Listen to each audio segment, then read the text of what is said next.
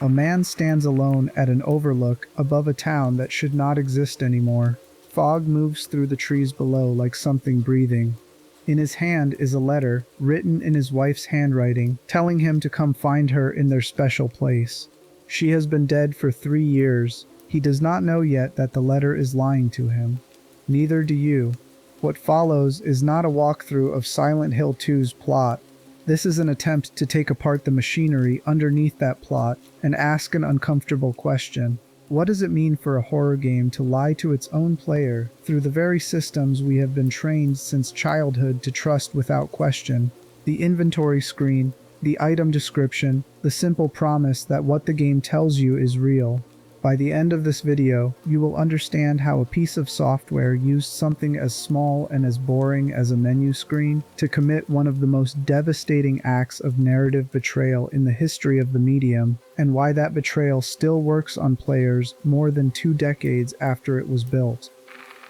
If something in this video lands for you, a detail, a feeling, a memory of your own that this story happens to brush up against, drop a comment and tell me about it. That kind of thing genuinely helps this channel grow, and it also gives me ideas for what game to dig into next. Some of my favorite videos have started as a single comment from someone watching late at night, half awake, recognizing something in a game they thought they already understood. So get comfortable, turn the lights down low, and let's walk into the fog together. Chapter 1. The Letter That Lied. James Sunderland believes his wife died 3 years ago. He says so out loud, almost as a formality, the way someone repeats a fact they have stopped feeling. Then he describes a letter that arrived in her handwriting, asking him to come to their special place in a town called Silent Hill. He does not stop to question how a dead woman could mail anything. He simply gets in his car and drives. This is the first thing the game asks you to accept, and it asks you to accept it the same way every other game ever has. The letter sits in his inventory. It has weight. It has text you can read whenever you want. In nearly every other game you have ever played, an inventory item is treated as ground truth. If your character is holding a key, the key exists. If your character is holding a map, the map is real.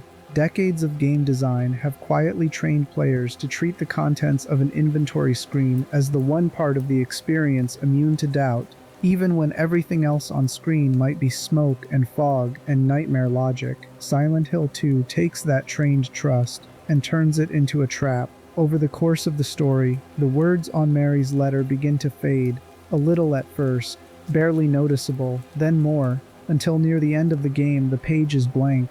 The letter was never something Mary wrote, it was something James needed to believe existed, and the game lets you believe it right alongside him, because you have spent your entire life as a player being told that the things in your bag are true. Before any of that becomes clear, James arrives at an overlook outside the town and meets a teenage girl sitting near a row of gravestones. Her name is Angela Orozco. She seems anxious around him, apologizing for no clear reason, telling him he should turn back, that the town is not safe.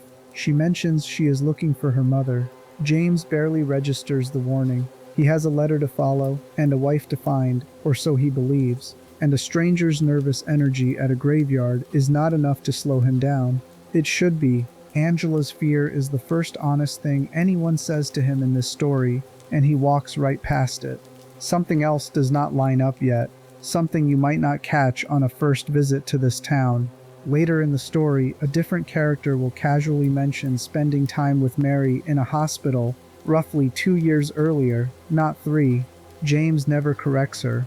He does not even seem to notice the gap. A small contradiction like that, buried in a side conversation, would be easy to write off as a mistake if this were a careless game. It is not a careless game. Every inconsistency in Silent Hill 2 earns its place, and this one is doing quiet, patient work, planting a seed of doubt about the timeline James has been repeating to himself like a fact, long before the story is ready to tell you why that doubt matters. To understand why a man would build an entire delusion sturdy enough to survive a road trip into a haunted town, we need to go back further than the letter. We need to go back to the marriage itself, and to the years that, according to James, already ended. Chapter 2. 3 Years of Half-Truths.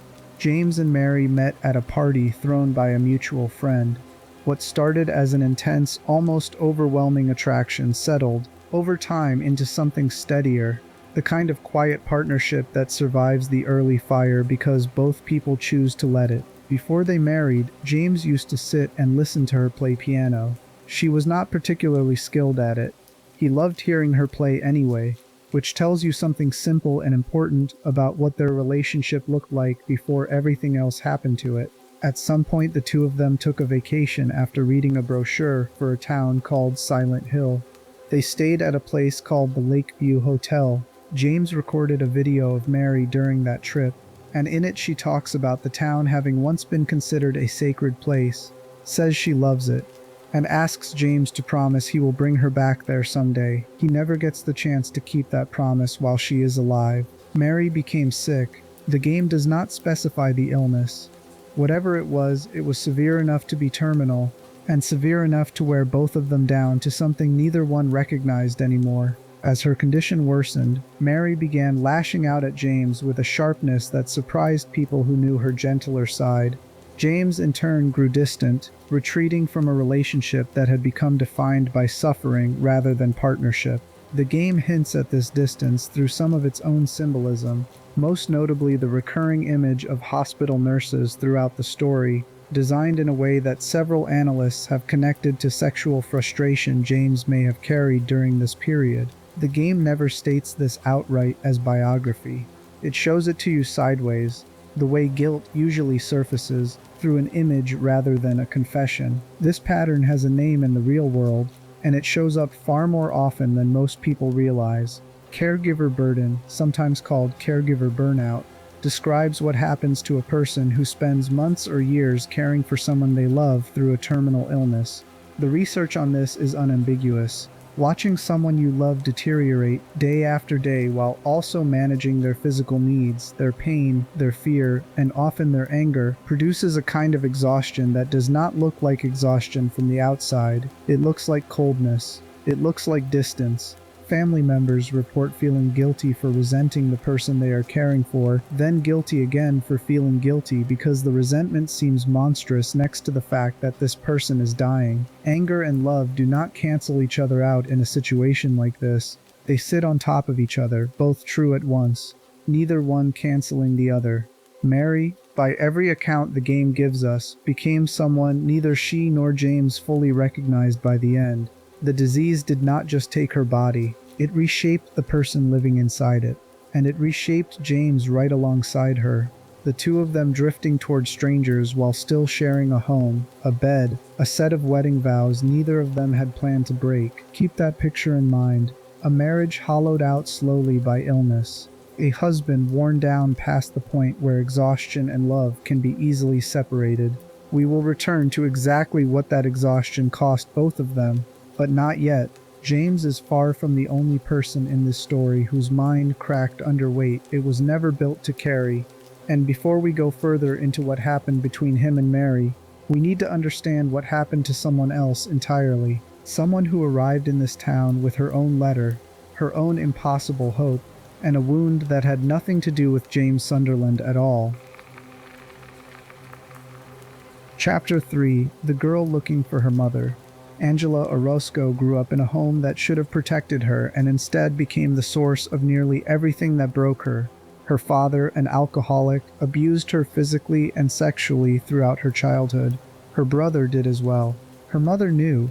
Rather than intervene, her mother told Angela that she deserved what was happening to her, then at some unknown point, left the family entirely, abandoning Angela with the two people hurting her most. The game never explains why her mother left or where she went.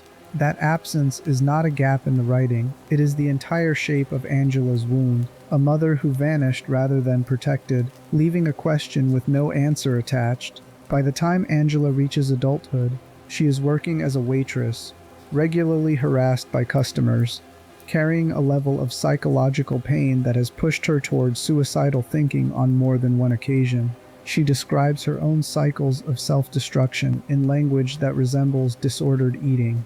an endless loop of building something up only to tear it down again, over and over, with no endpoint that feels like relief. At some point before arriving in Silent Hill, Angela killed her father. A newspaper clipping found later in the game confirms this much as established fact.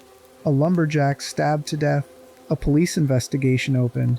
What happened to her brother is left deliberately unclear. The game implies it without confirming it, and that ambiguity should stay exactly where the writers left it, rather than getting filled in with a guess dressed up as certainty.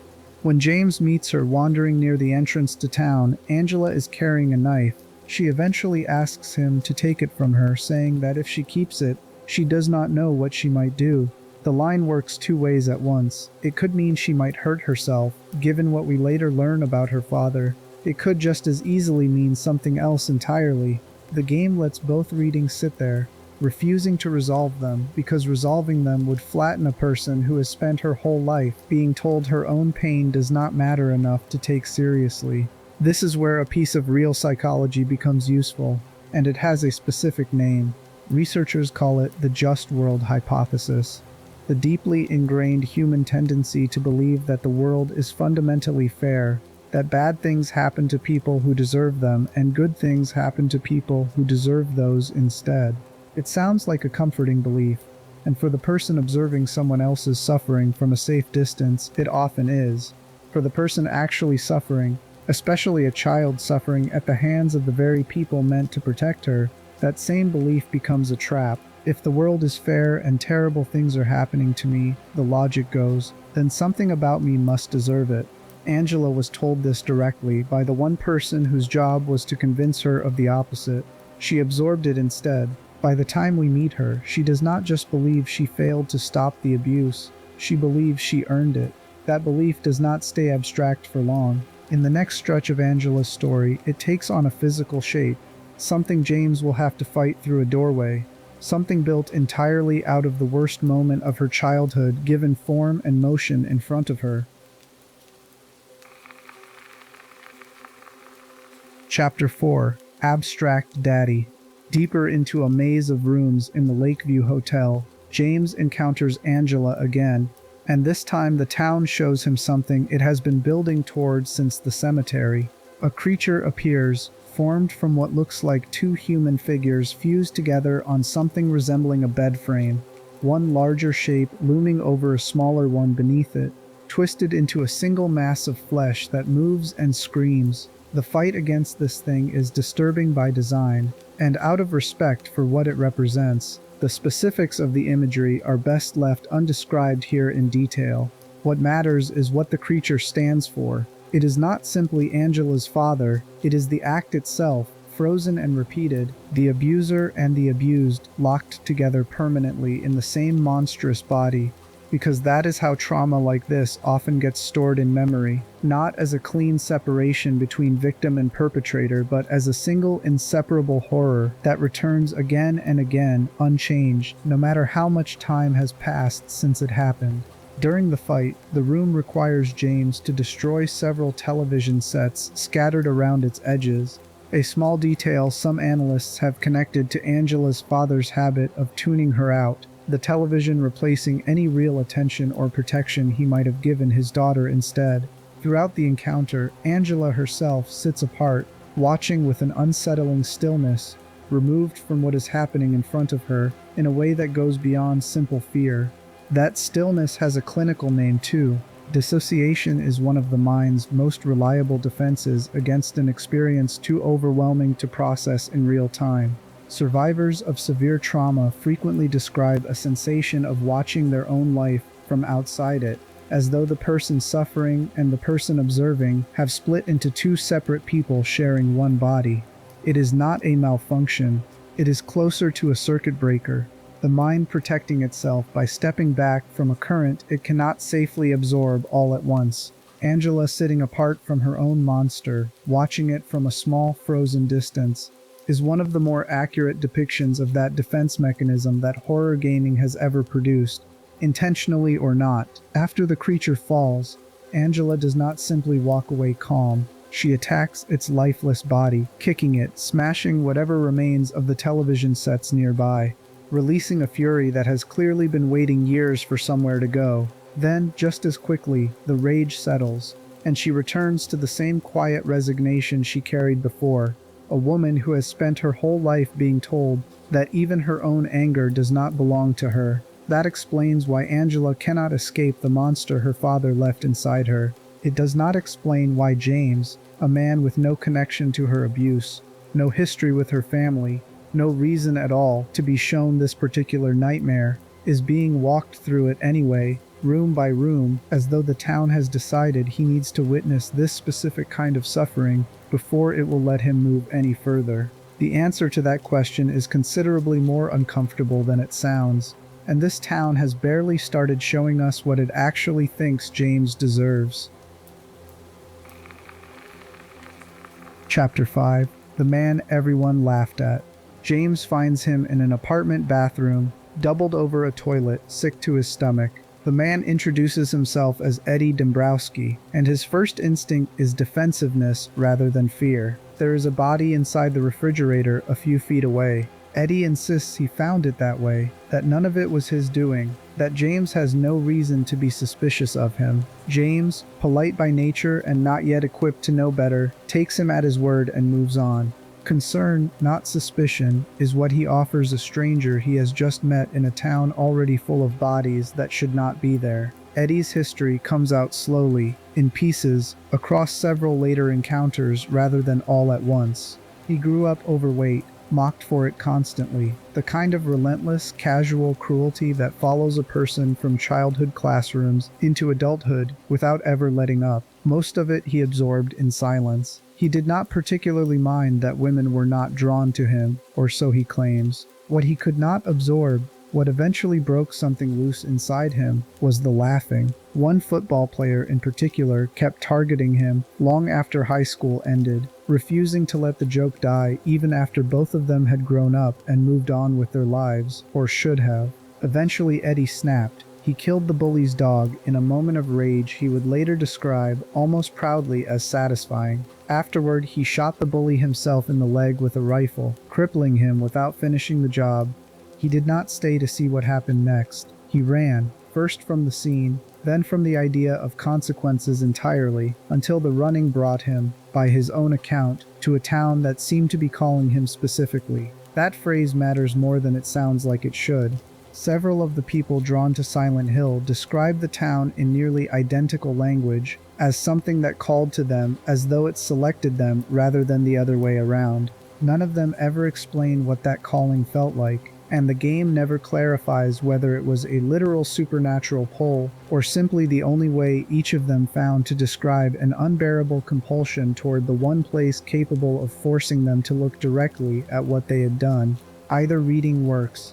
Neither one is confirmed. What is confirmed is the pattern. 4 separate people, 4 separate horrors, all using the same word to describe how they ended up here. There is a particular kind of psychology behind a man like Eddie that researchers who study the roots of violence have spent decades trying to map. The common assumption is that bullied people who eventually lash out are driven primarily by anger. The research tells a more specific story. Chronic humiliation, sustained over years without relief, produces something closer to a wound than an irritation, a wound to a person's basic sense of being worth anything at all. When that wound goes unacknowledged long enough, the line between victim and aggressor does not just blur, it can collapse entirely, and the person carrying the wound begins to believe that inflicting pain on someone else is the only language left that anyone will actually respect. Eddie says as much himself, almost word for word, later in his story.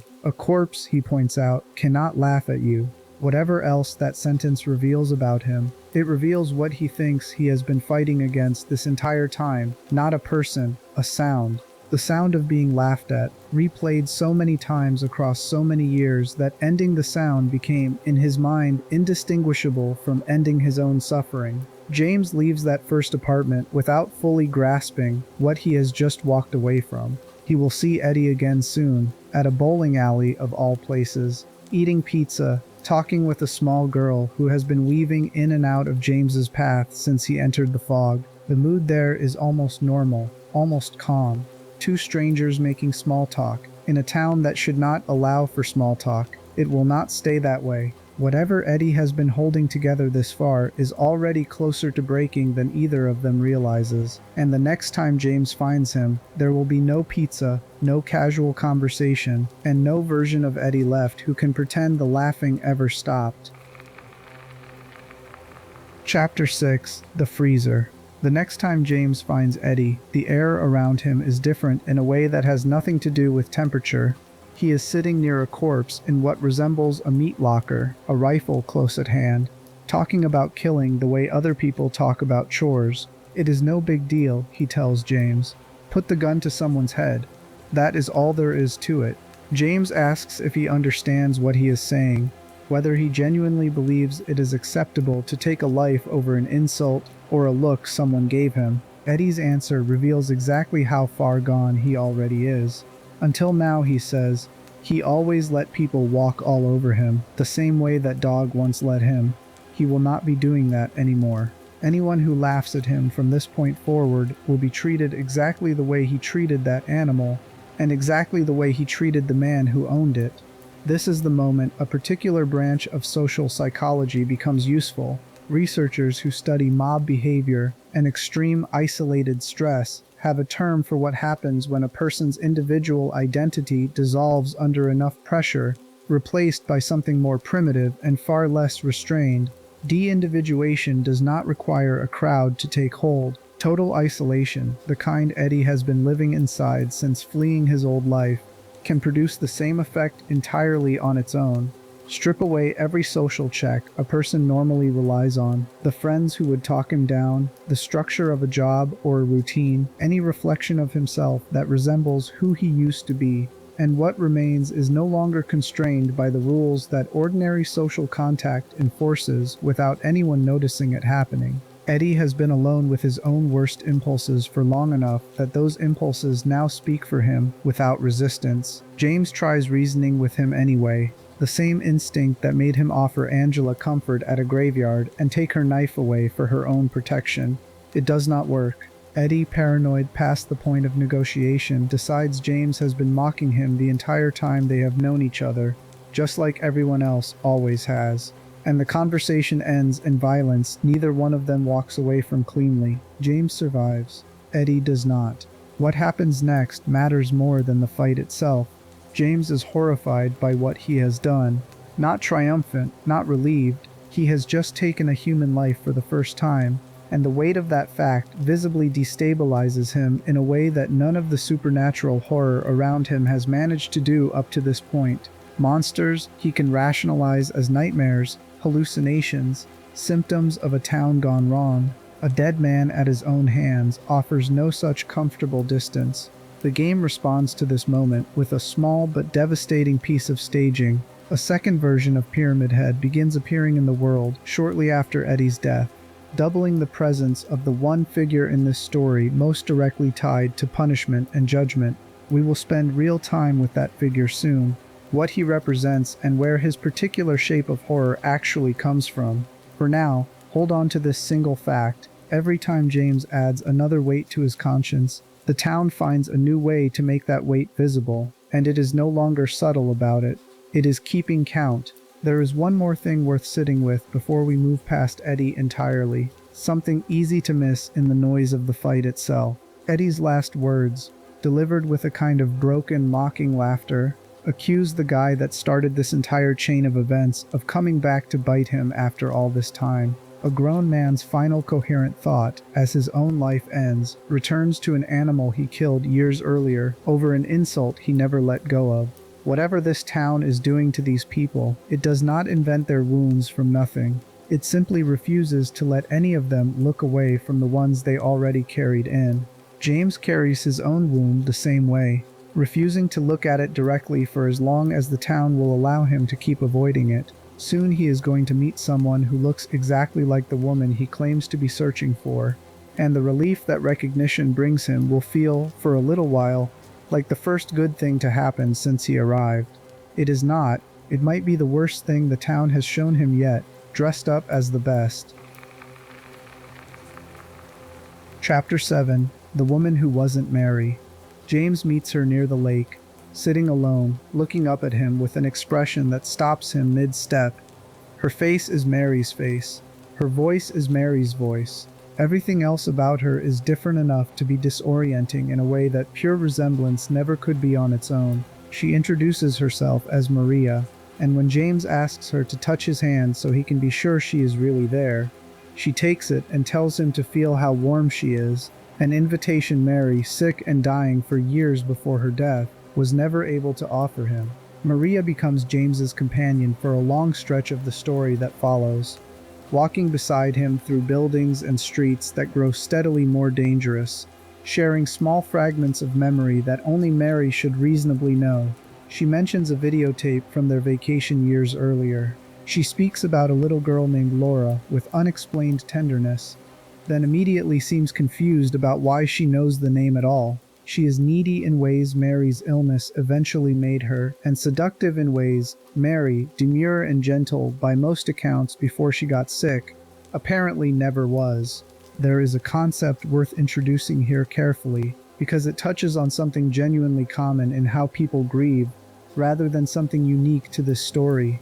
Psychologists who study idealization in mourning describe a pattern where a person who has lost someone begins splitting that person, often without realizing they are doing it, into two separate versions. One version carries everything difficult about the relationship, the resentment, the exhaustion, the moments neither person handled well. The other version becomes purified, simplified into something easier to love without complication, stripped of every quality that made the real relationship hard. Maria looks exactly like the second version of Mary, the one untouched by illness, by exhaustion, by years of slow deterioration neither James nor Mary asked for, and neither one knew how to survive gracefully.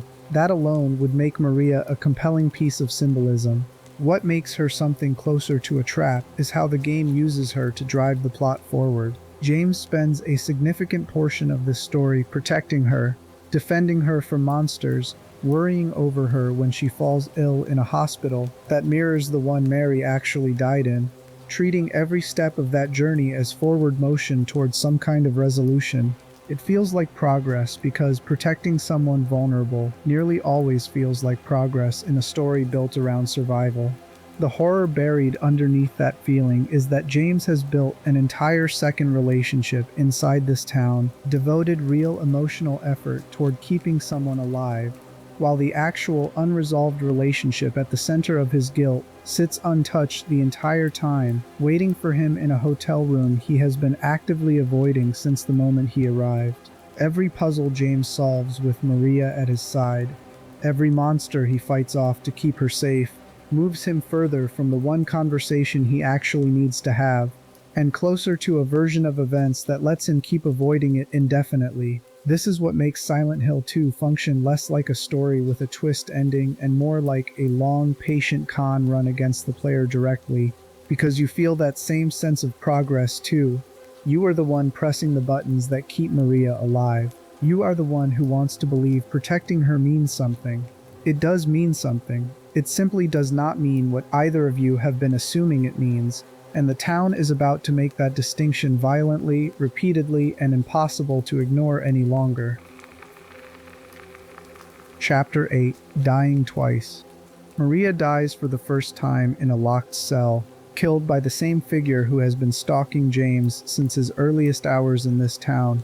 The death is sudden and final in every way a death is supposed to be. James reacts with real grief, the kind that comes from losing someone he had grown genuinely attached to over the preceding hours. She is alive again not long after.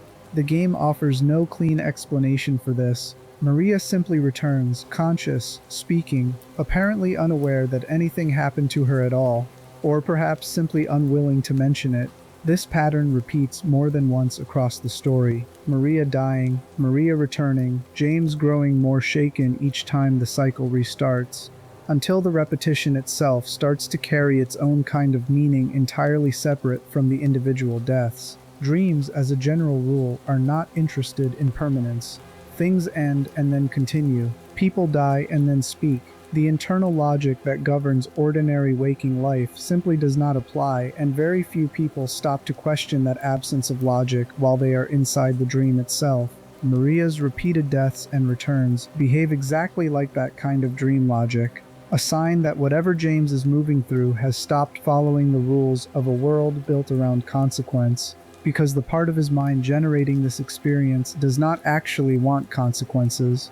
It wants the comfort of Maria without the finality of losing her, over and over, for as long as he can keep avoiding the one loss he has refused to process even once. There is also something quietly cruel, buried in how often Maria gets killed specifically by the figure most associated with judgment in this story. Each time she dies at that figure's hands, James is forced to watch the woman who looks like his wife suffer the kind of violent end he has been telling himself this entire time that Mary's death was not. It is repetition as punishment, delivered by the one part of his own psyche apparently determined to make sure he cannot fully enjoy the comfort Maria offers him without paying for it somehow every single time. By every clinical definition available, a man inventing a companion this elaborate, this consistent, this resistant to permanent loss, should be approaching something close to a full break from reality. And by some measures, he already has. But breaking from reality and understanding why you broke from it are two entirely different processes, and James has not come anywhere close to the second one yet. He is still protecting Maria, he is still avoiding the hotel, he still believes on some level that even he may not be able to fully access, that there is a version of this story where he finds Mary alive, and none of what is coming actually has to happen. The figure responsible for Maria's deaths has been waiting in the corners of this story since the very beginning, watching, stalking, occasionally tearing through whatever stands in its path, with a violence that feels less like random monster behavior and more like purpose. It is time to look directly at what that figure actually is, where its appearance comes from, and why, of every nightmare this town could have generated out of James Sunderland's mind, this is the one shape his guilt chose to wear most often. Chapter 9: The Pyramid. James first sees him through the bars of a metal grate, a tall shape standing motionless in the dark, a helmet shaped like a triangle covering everything above the shoulders. No eyes, no mouth, just a wall of rusted red metal where a face should be, and underneath it, a butcher's apron, pale skin, a robe soaked through with blood that never seems to dry. He does not speak, he never will. What comes out of him instead is closer to breathing, low and labored, the sound of something working hard at being alive. This is the figure who has been quietly shaping nearly every encounter in this story so far, without ever needing an introduction. He has watched from doorways. He has appeared at the edges of rooms before vanishing again. He has, more than once, left other creatures in this town torn apart for reasons James has not yet been given the tools to understand. Players who finished this game over 20 years ago still call him by the same nickname today, a nickname that has long since outgrown the story it came from. For now, in the context of this one specific man's nightmare, his real meaning is far narrower and far more personal than his later fame would suggest. The designer responsible for him has said plainly, more than once, that this figure was built for one purpose only, to punish James Sunderland, and that any interpretation suggesting he exists as some kind of general boogeyman wandering the town independent of James completely misses the point of why he was created in the first place. His shape did not come from nowhere. Buried inside a building called the Silent Hill Historical Society sits a painting James eventually finds, showing a man wearing this exact triangular helmet, standing in front of a row of caged prisoners, holding a spear. The painting depicts an execution. Long before James ever set foot in this town, it served as a place where condemned people were brought to die, and the men responsible for killing them dressed in garments meant to resemble a figure the locals once treated as something close to divine. James saw a version of this same image once before, years earlier, during that first happy vacation with Mary. It sat somewhere in his memory the whole time, waiting for a moment dark enough to need it. That detail changes the meaning of everything Pyramid Head has done up to this point. He is not a monster summoned at random by a cursed town. He is borrowed. James reached backward into a single image he saw on vacation, an executioner from a place he once associated only with happiness, and rebuilt it into something capable of delivering the punishment he believes he deserves but has never once let himself ask for directly. The helmet's design carries this idea down to its smallest details. The designer responsible for him has described shaping its sharp angles specifically to suggest pain just from looking at it, an object that hurts the eye before it ever touches the body. A man cannot walk up to himself and confess. He can, apparently, build an executioner out of an old painting and let it do the asking for him instead. There is a concept from psychology worth bringing in here, one that does not require any specialized vocabulary to understand once it is stated plainly. People who carry guilt they have never confessed often describe a sensation of being watched, judged, or hunted by something they cannot name, something that follows them through ordinary days without ever fully revealing itself. This is sometimes called the internal punisher, a part of the mind built to enforce a person's own sense of right and wrong, often harsher and less forgiving than any outside judge would actually be. Most people experience this internal punisher as a feeling, a knot in the stomach, a sleepless night, a flinch at a stranger's glance that has nothing to do with them at all. James experiences it as a 7-foot-tall man wearing a piece of rusted metal where his face should be, chasing him through hallways with a great knife the size of a door. The first time the two of them fight directly, in a stairwell with nowhere left to run, the encounter ends not with a clean victory, but with the sound of a siren cutting through the building, and Pyramid Head simply walking away, descending the stairs without finishing what he started. He does not need to finish it. Killing James outright was never the point. The point is making sure James cannot finish a single thought, a single quiet moment, a single stretch of this journey, without being reminded that something is still owed, what this figure is owed specifically, and why an entire town would organize its history around men like him long before James ever arrived, requires looking further back than one man's private guilt. Silent Hill was not built as a backdrop for James Sunderland's nightmare. It had its own history of violence first. And that history is the reason a painting of an executioner was hanging on a wall waiting for him in the first place.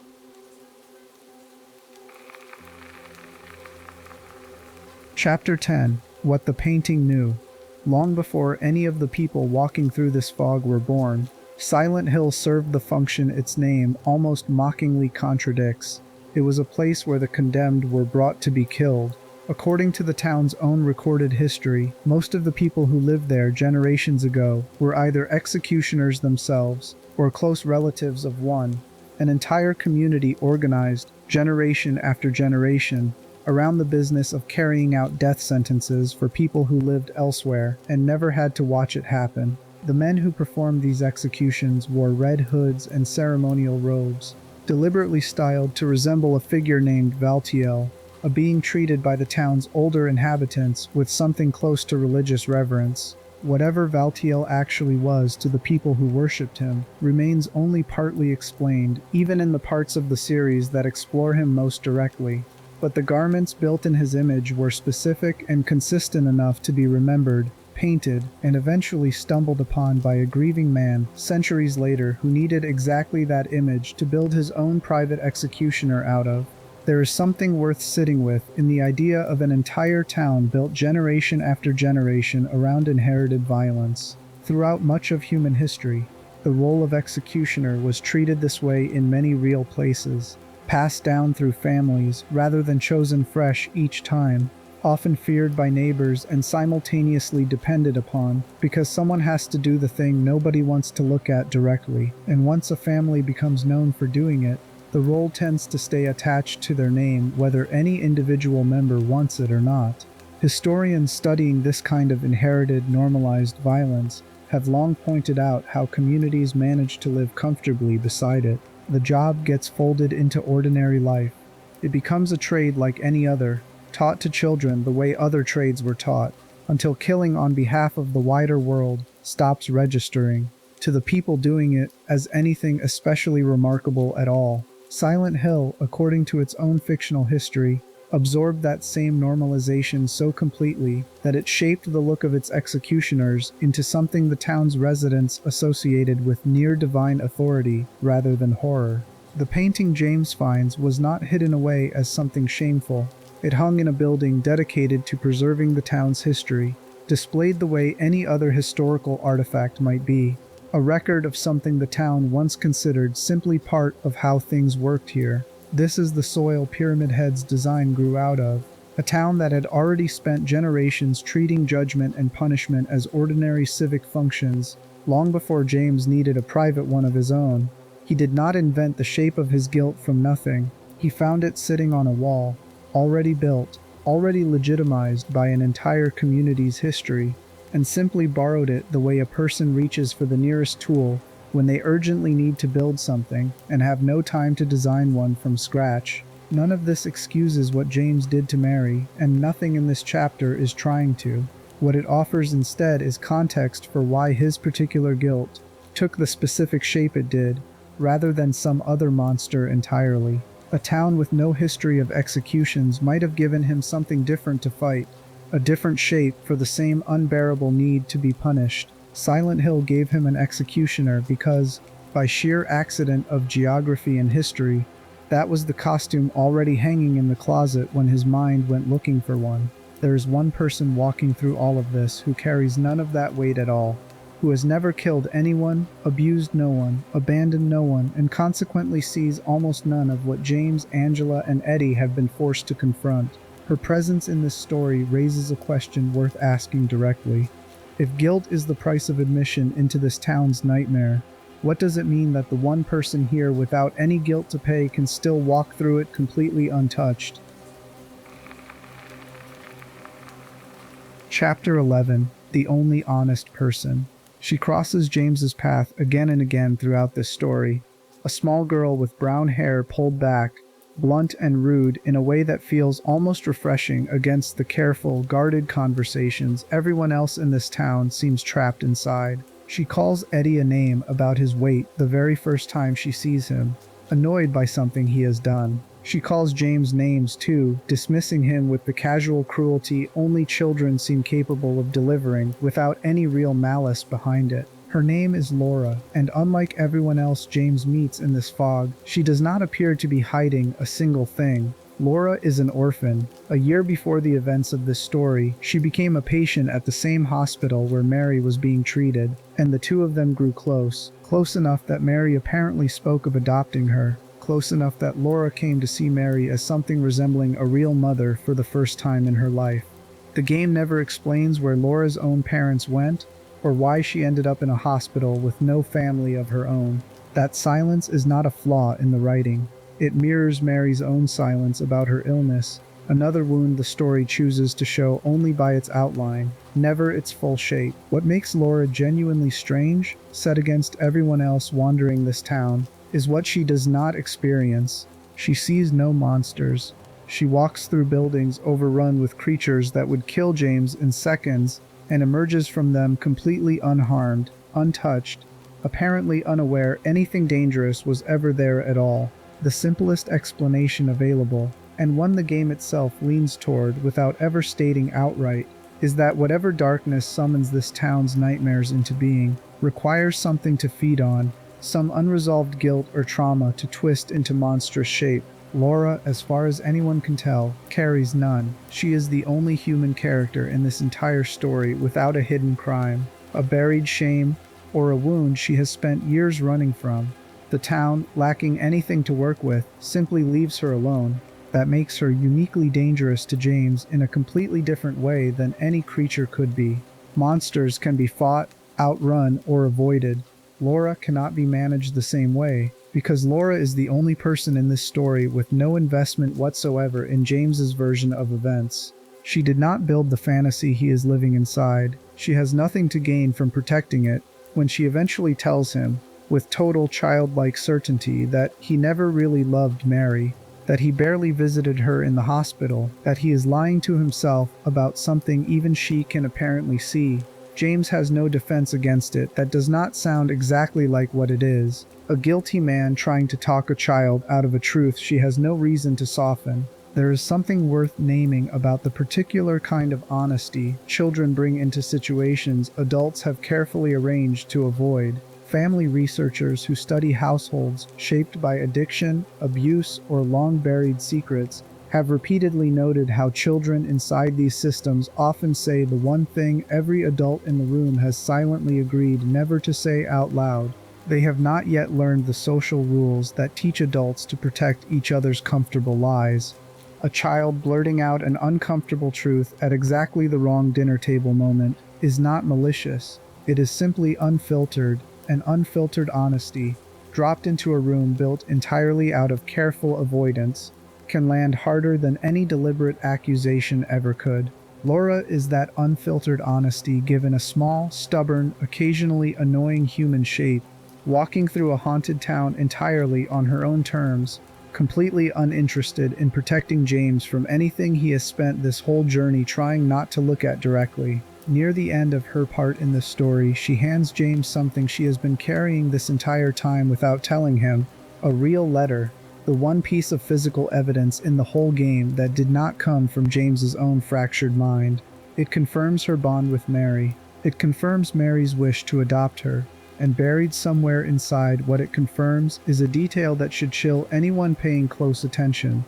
A timeline that does not match the one James has been repeating to himself like a fact since the moment he first picked up that fading letter at the edge of town. He is getting closer now to a room he has been avoiding since he arrived. A hotel where he and Mary once stayed happy, before any of this, before the illness, before the distance, before whatever happened, that he has spent every minute since refusing to fully remember. Laura already half suspects what waits in that room. James still does not, or perhaps more precisely he does, somewhere underneath everything, and has simply built an entire town's worth of detours to keep himself from ever having to walk into it.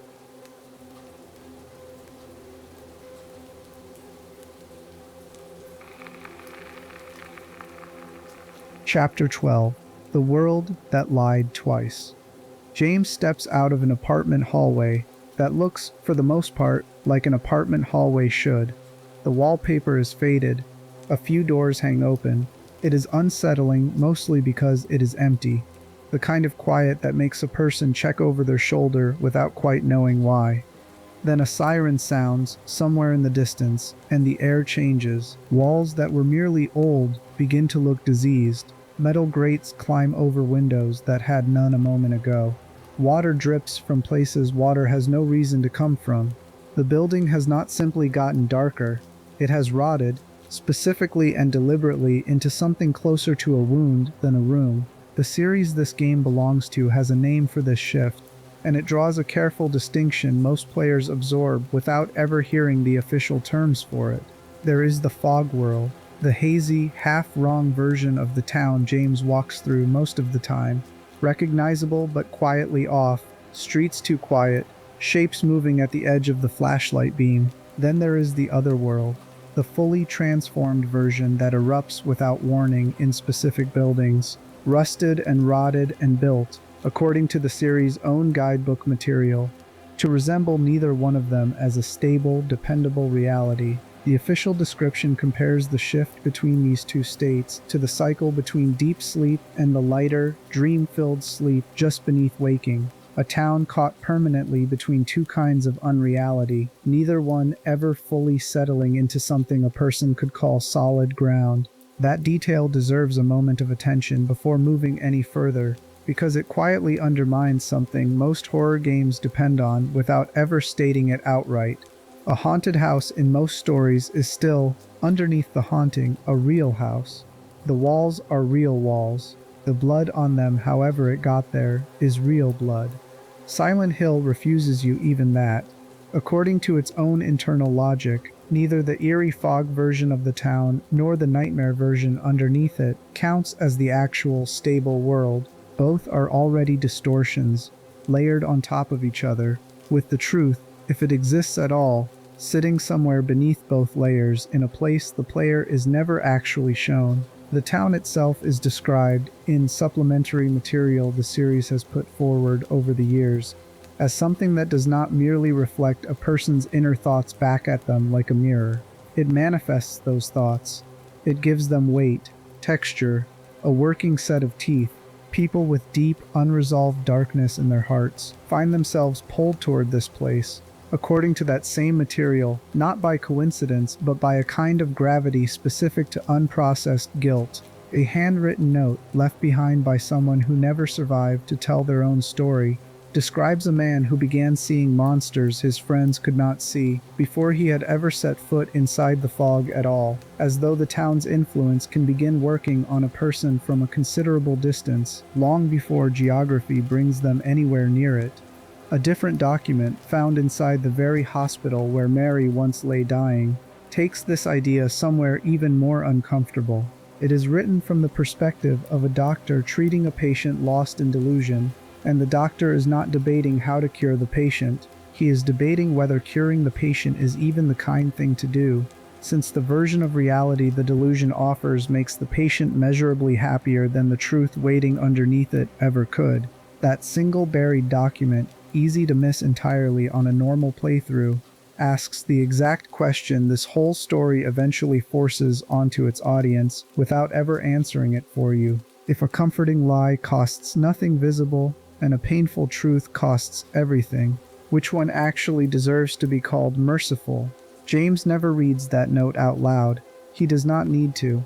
He has already been answering that question with his entire life since Mary died, choosing the comforting fiction of a letter over the unbearable fact of a pillow and a hospital bed, and the town simply continues asking him the same question back, over and over, through every rotted hallway it builds around him. Here is where the deception stops being something that merely happens around James and starts revealing itself as something built individually, privately, for each separate person caught inside it. Deep into the story, James and Angela both encounter the same monstrous shape, the twisted creature built from two figures locked together that has already been discussed at length earlier in this video.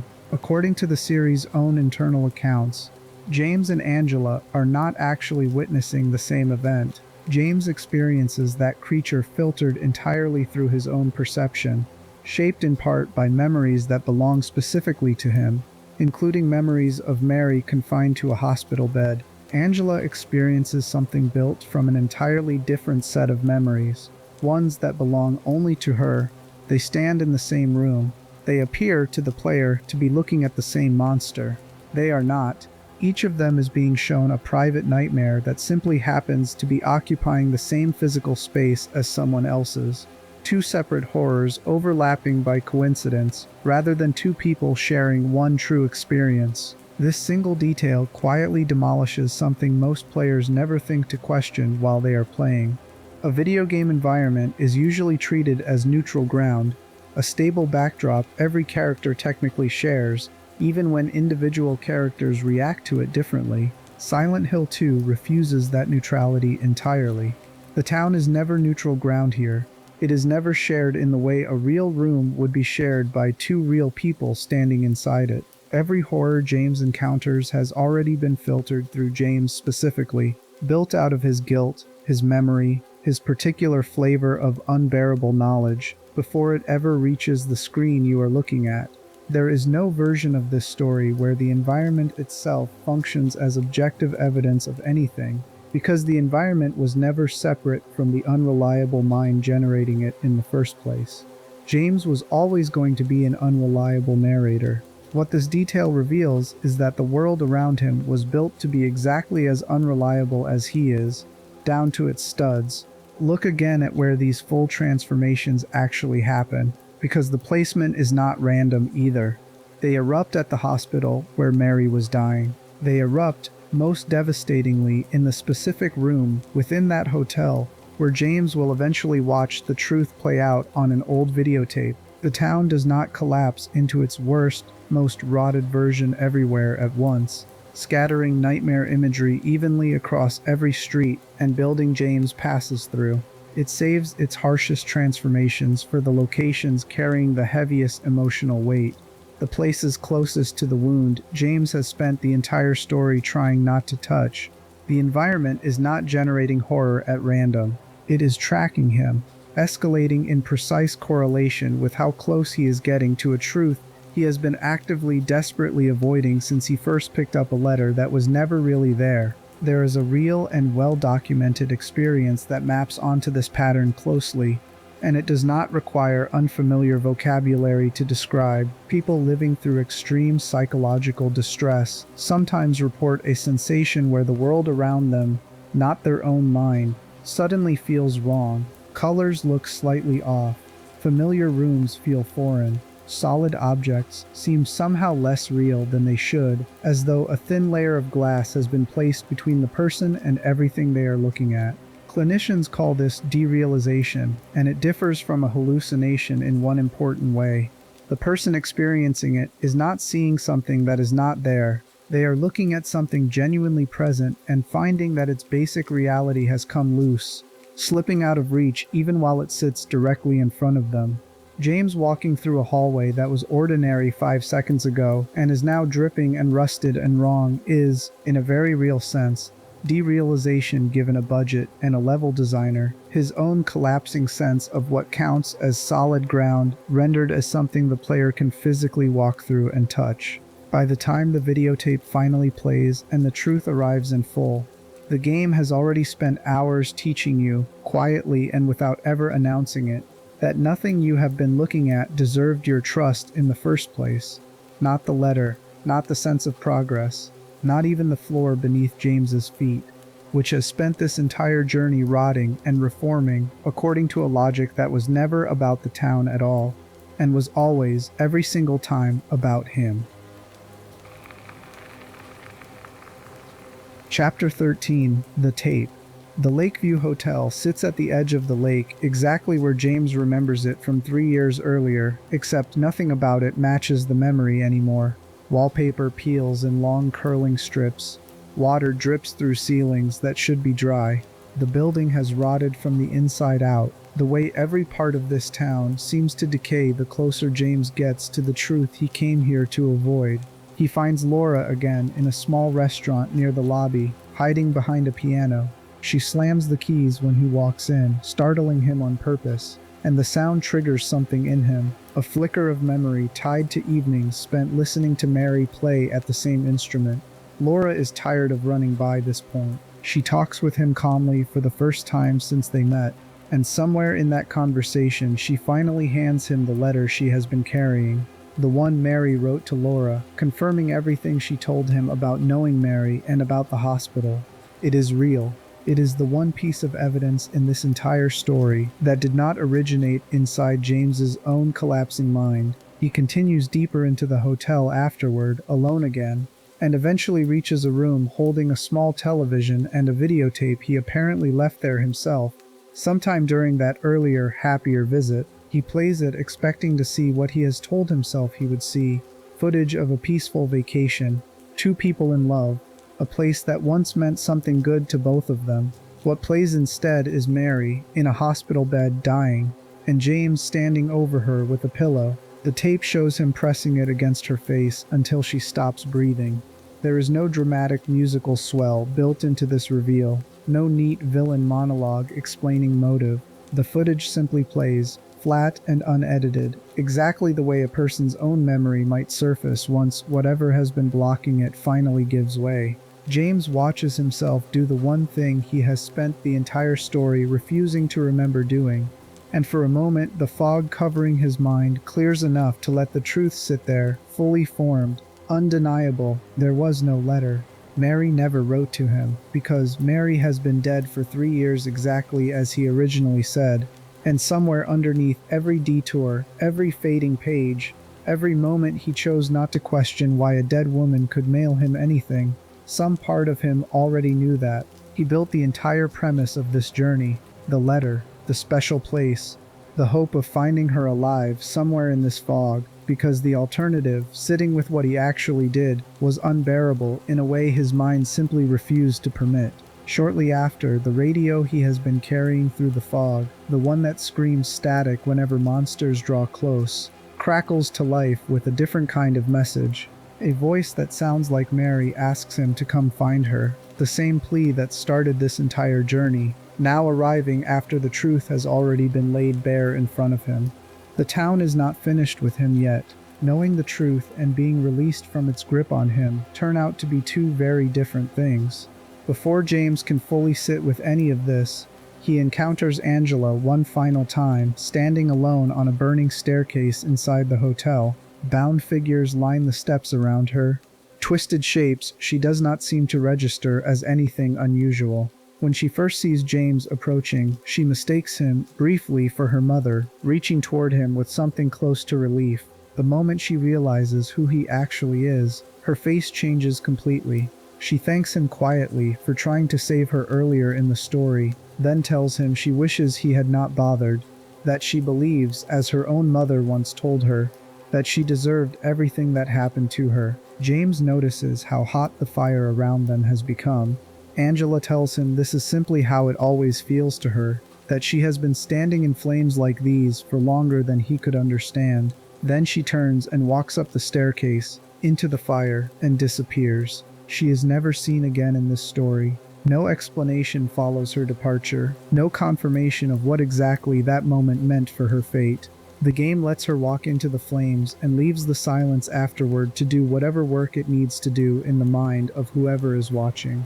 James presses on, alone now in every sense that matters, toward whatever waits for him at the top of this hotel, where two halves of his own guilt are standing by, ready to finish what they were built for in the first place.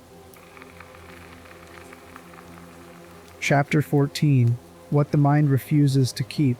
At the top of the hotel, James finds both pyramid heads waiting together for the first time, and Maria standing nearby, alive again after her last death, unaware or unwilling to acknowledge that anything happened to her at all. The two figures kill her in front of James, calmly, without hesitation, the way an executioner finishes a sentence already passed down rather than a fresh act of violence requiring justification.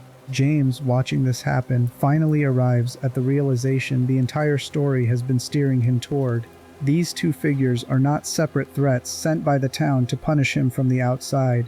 They came from him. His own guilt built two executioners instead of one.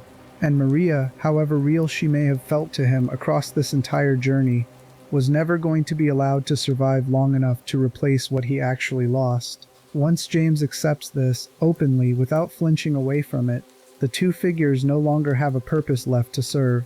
They turn their weapons on themselves and end their own existence, finish the moment the man who created them finally stopped needing them. This entire sequence rests on a real and well-documented psychological process, one that deserves explanation in plain terms rather than clinical jargon.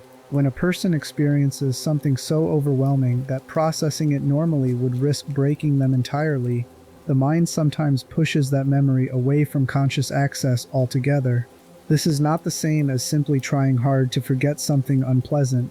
It operates closer to a locked door than a faded photograph, a memory still present somewhere but sealed off from the rooms a person normally walks through in their own head. Clinicians call this dissociative amnesia, and it shows up most often after events involving extreme violence, abuse, or in cases very close to James's own, an act the person committed themselves and cannot bear to hold as part of their own self-image. A second piece of this puzzle deserves equal attention, because it explains something dissociative amnesia alone does not. James did not simply forget what happened to Mary. He replaced the gap left behind with an entirely new story, one detailed enough to include a fading letter, a specific destination, a hopeful reason to travel hundreds of miles into danger.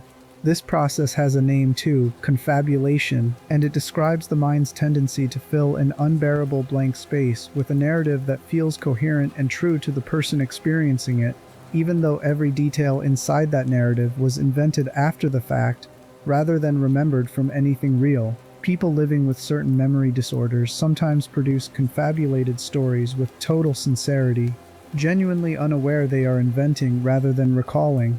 James never lied to the player in any deliberate sense. He believed his own letter completely because the part of his mind responsible for inventing it had no access to the part holding the actual memory it was covering for. This is also where the game's choice to make James an unreliable narrator becomes something sharper than a clever twist. Literature has used unreliable narrators for a long time, characters whose account of events the audience gradually learns not to fully trust. Most of those stories let the reader stay one careful step ahead, picking up on contradictions the narrator themselves cannot see. Silent Hill 2 does something colder than that. It does not let you stay ahead of James. It puts you directly inside his confabulation, hands you his fabricated letter as a literal object you carry and read throughout the entire experience, and only pulls the floor out from under both of you at exactly the same moment. You were never one step ahead of this story. You were trapped inside the exact same gap in the truth that James built for himself, walking the same fog, trusting the same fading page, right up until the videotape forced both of you to watch what neither of you had been allowed to remember. That is the precise moment this story stops being a clever narrative trick and becomes something closer to a personal betrayal of everyone who played it in good faith, believing the small, ordinary trust we extend to every game we have ever picked up, the trust that says what is in your inventory is real. What your character believes is generally close enough to true, would hold here the same way it has held everywhere else. It did not hold. It was never going to hold.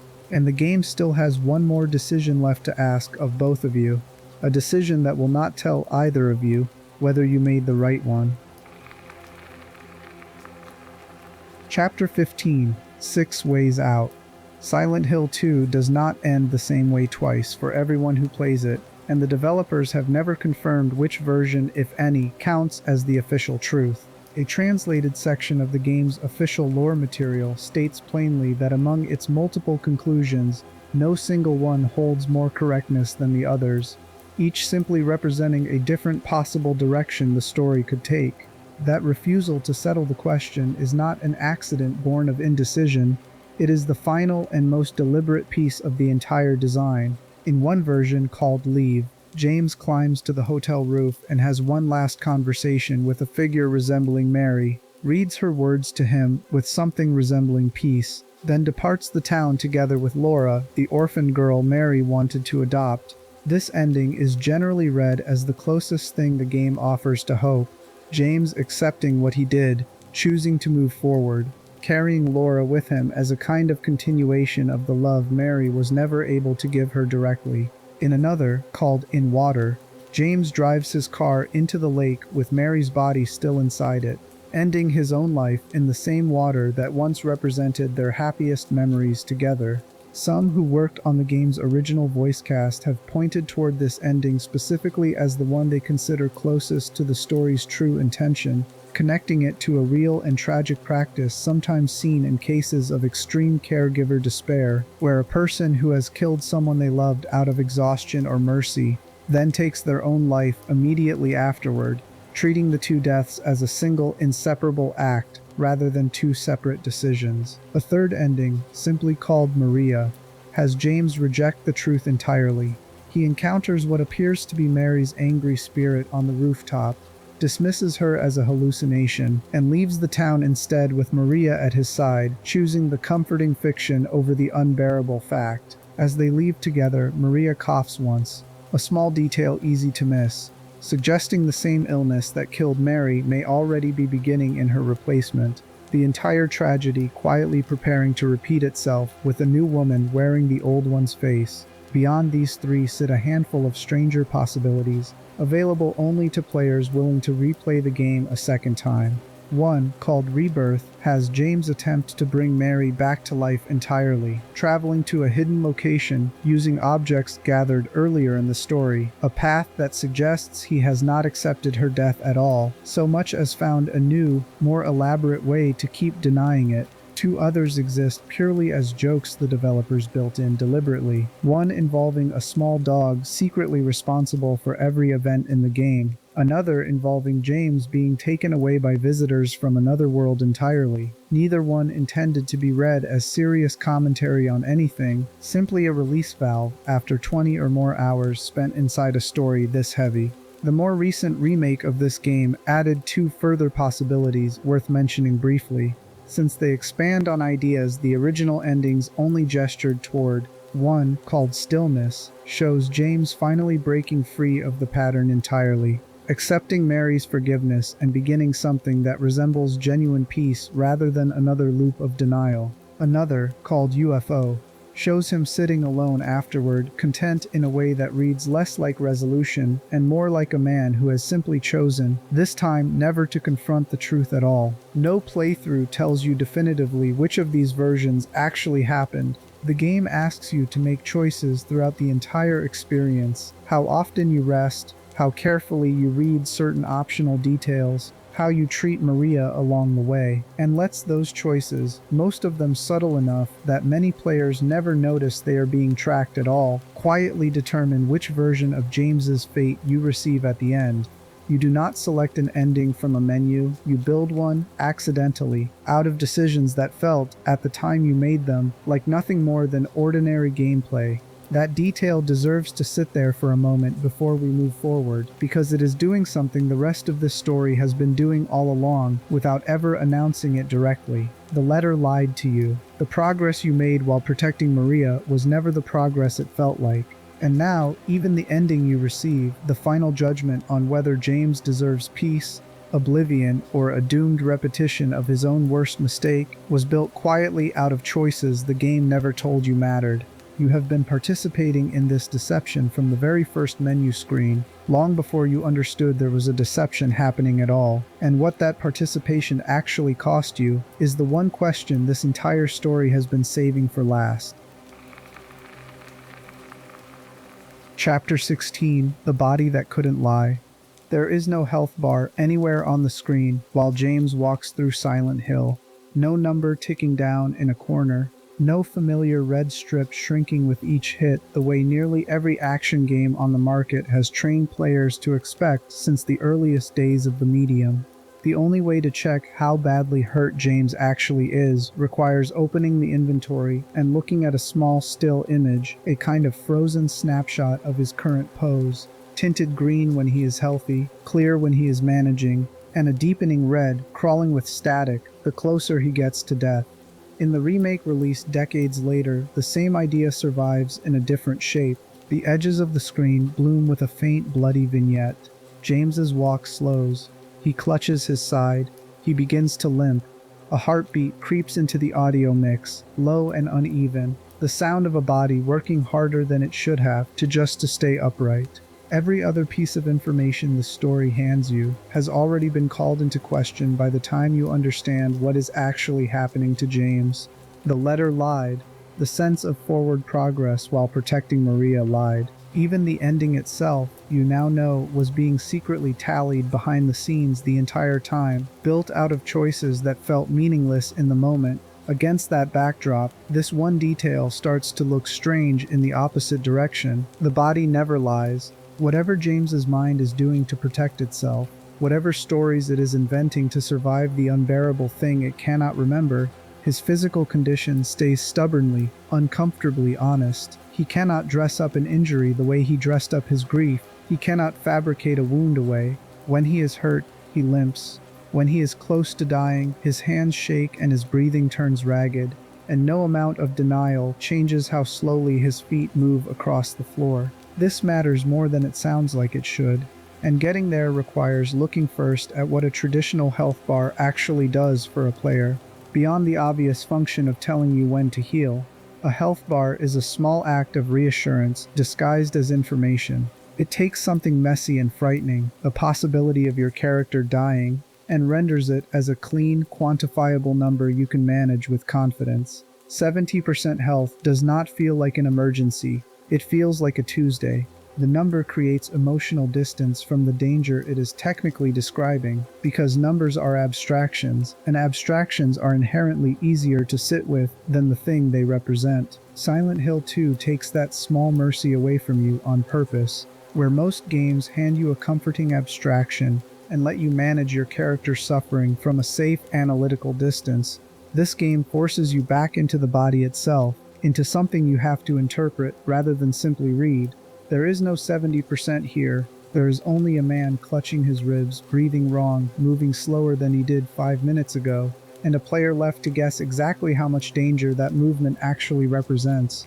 The ambiguity is the point. It puts you closer to James's experience of his own deteriorating body than any precise statistic ever could, because that is how injury and exhaustion actually feel from the inside, not as a percentage counting downward, but as a vague, mounting dread that something in you is not working the way it should anymore, and you cannot say exactly how bad it has gotten. There is a concept in clinical psychology that maps onto this almost perfectly, and it does not require any specialized vocabulary to understand once it is laid out plainly. Interoception describes a person's internal sense of their own body, the felt awareness of a racing heartbeat, a tight chest, hunger, exhaustion, pain that has not yet announced itself as a specific location. Most people walk through ordinary life with a reasonably functioning interoceptive sense, picking up on these internal signals quickly enough to respond before things get serious. Severe and prolonged trauma frequently damages this sense in ways researchers have only fully mapped in recent decades. People who have lived through extended periods of overwhelming stress, the kind James spent years inside while caring for a dying wife, often lose precise access to their own internal signals. They stop noticing they are hungry until they are lightheaded. They stop noticing they are exhausted until they collapse. The body keeps sending its signals the entire time. What breaks down is the mind's ability to read them clearly and respond before the damage compounds. James's relationship with his own injuries throughout the story behaves exactly like a damaged interoceptive system given physical form on screen. He does not announce his pain the way characters in most other games do, with a clean verbal cue or an obvious visual countdown telling everyone exactly how much trouble he is in. He simply gets slower, quieter. His breathing changes in increments easy to miss if you are not paying close attention. The player is placed in the exact position a person supporting someone with this kind of damaged self-awareness often finds themselves in during real life, watching for subtle physical signs because the person experiencing the damage cannot reliably report it themselves, reading a limp or a shallow breath as the only available data when the person it belongs to has lost clear access to their own internal alarm system. Consider what this means layered against everything else James has already shown you about how he handles unbearable information. He spent 3 years, by his own account, growing distant from a wife whose suffering he could not fix, retreating rather than naming what caregiving was doing to him. He built an entire fictional letter rather than sit with the plain fact of what happened in that hospital room. Every single mechanism this man has for processing pain runs through avoidance, denial, or invention. The one thing he cannot avoid, deny, or invent his way around is his own physical body bleeding and aching in real time, because a body in genuine distress does not negotiate with a guilty conscience. It simply slows down, regardless of what story the mind attached to it is currently telling itself. That gives this small, unglamorous health system a function far beyond simple gameplay balance. It becomes the one honest narrator left standing in a story where every other narrator, James included, has already been shown to be unreliable. The letter told you what James needed to believe. Maria gave you the comfort of forward motion James needed to feel. The fading text, the false sense of progress, even the eventual ending, all of it filtered through a mind actively working to protect itself from a truth it could not yet hold. The body never participates in any of that protective machinery. A man limping after taking damage is limping whether or not he has convinced himself his wife is still waiting for him somewhere in this fog. Pain does not require belief to be real. It simply requires injury. An injury, unlike memory, cannot be edited after the fact. There is something almost merciful buried inside this design choice, and something almost cruel sitting right beside the mercy. Merciful, because it gives the player one stable, trustworthy signal in an experience built almost entirely out of unstable ones. A single anchor point you can rely on even after the letter and the progress and the comforting fiction of Maria have all been exposed as constructions. Cruel, because that anchor point is suffering itself. The only thing in this entire game that never lies to you is how much pain the protagonist is currently in, which means the one stable fact you are allowed to hold on to, the one piece of ground that never shifts beneath your feet. is the steady accumulation of a guilty man's physical agony.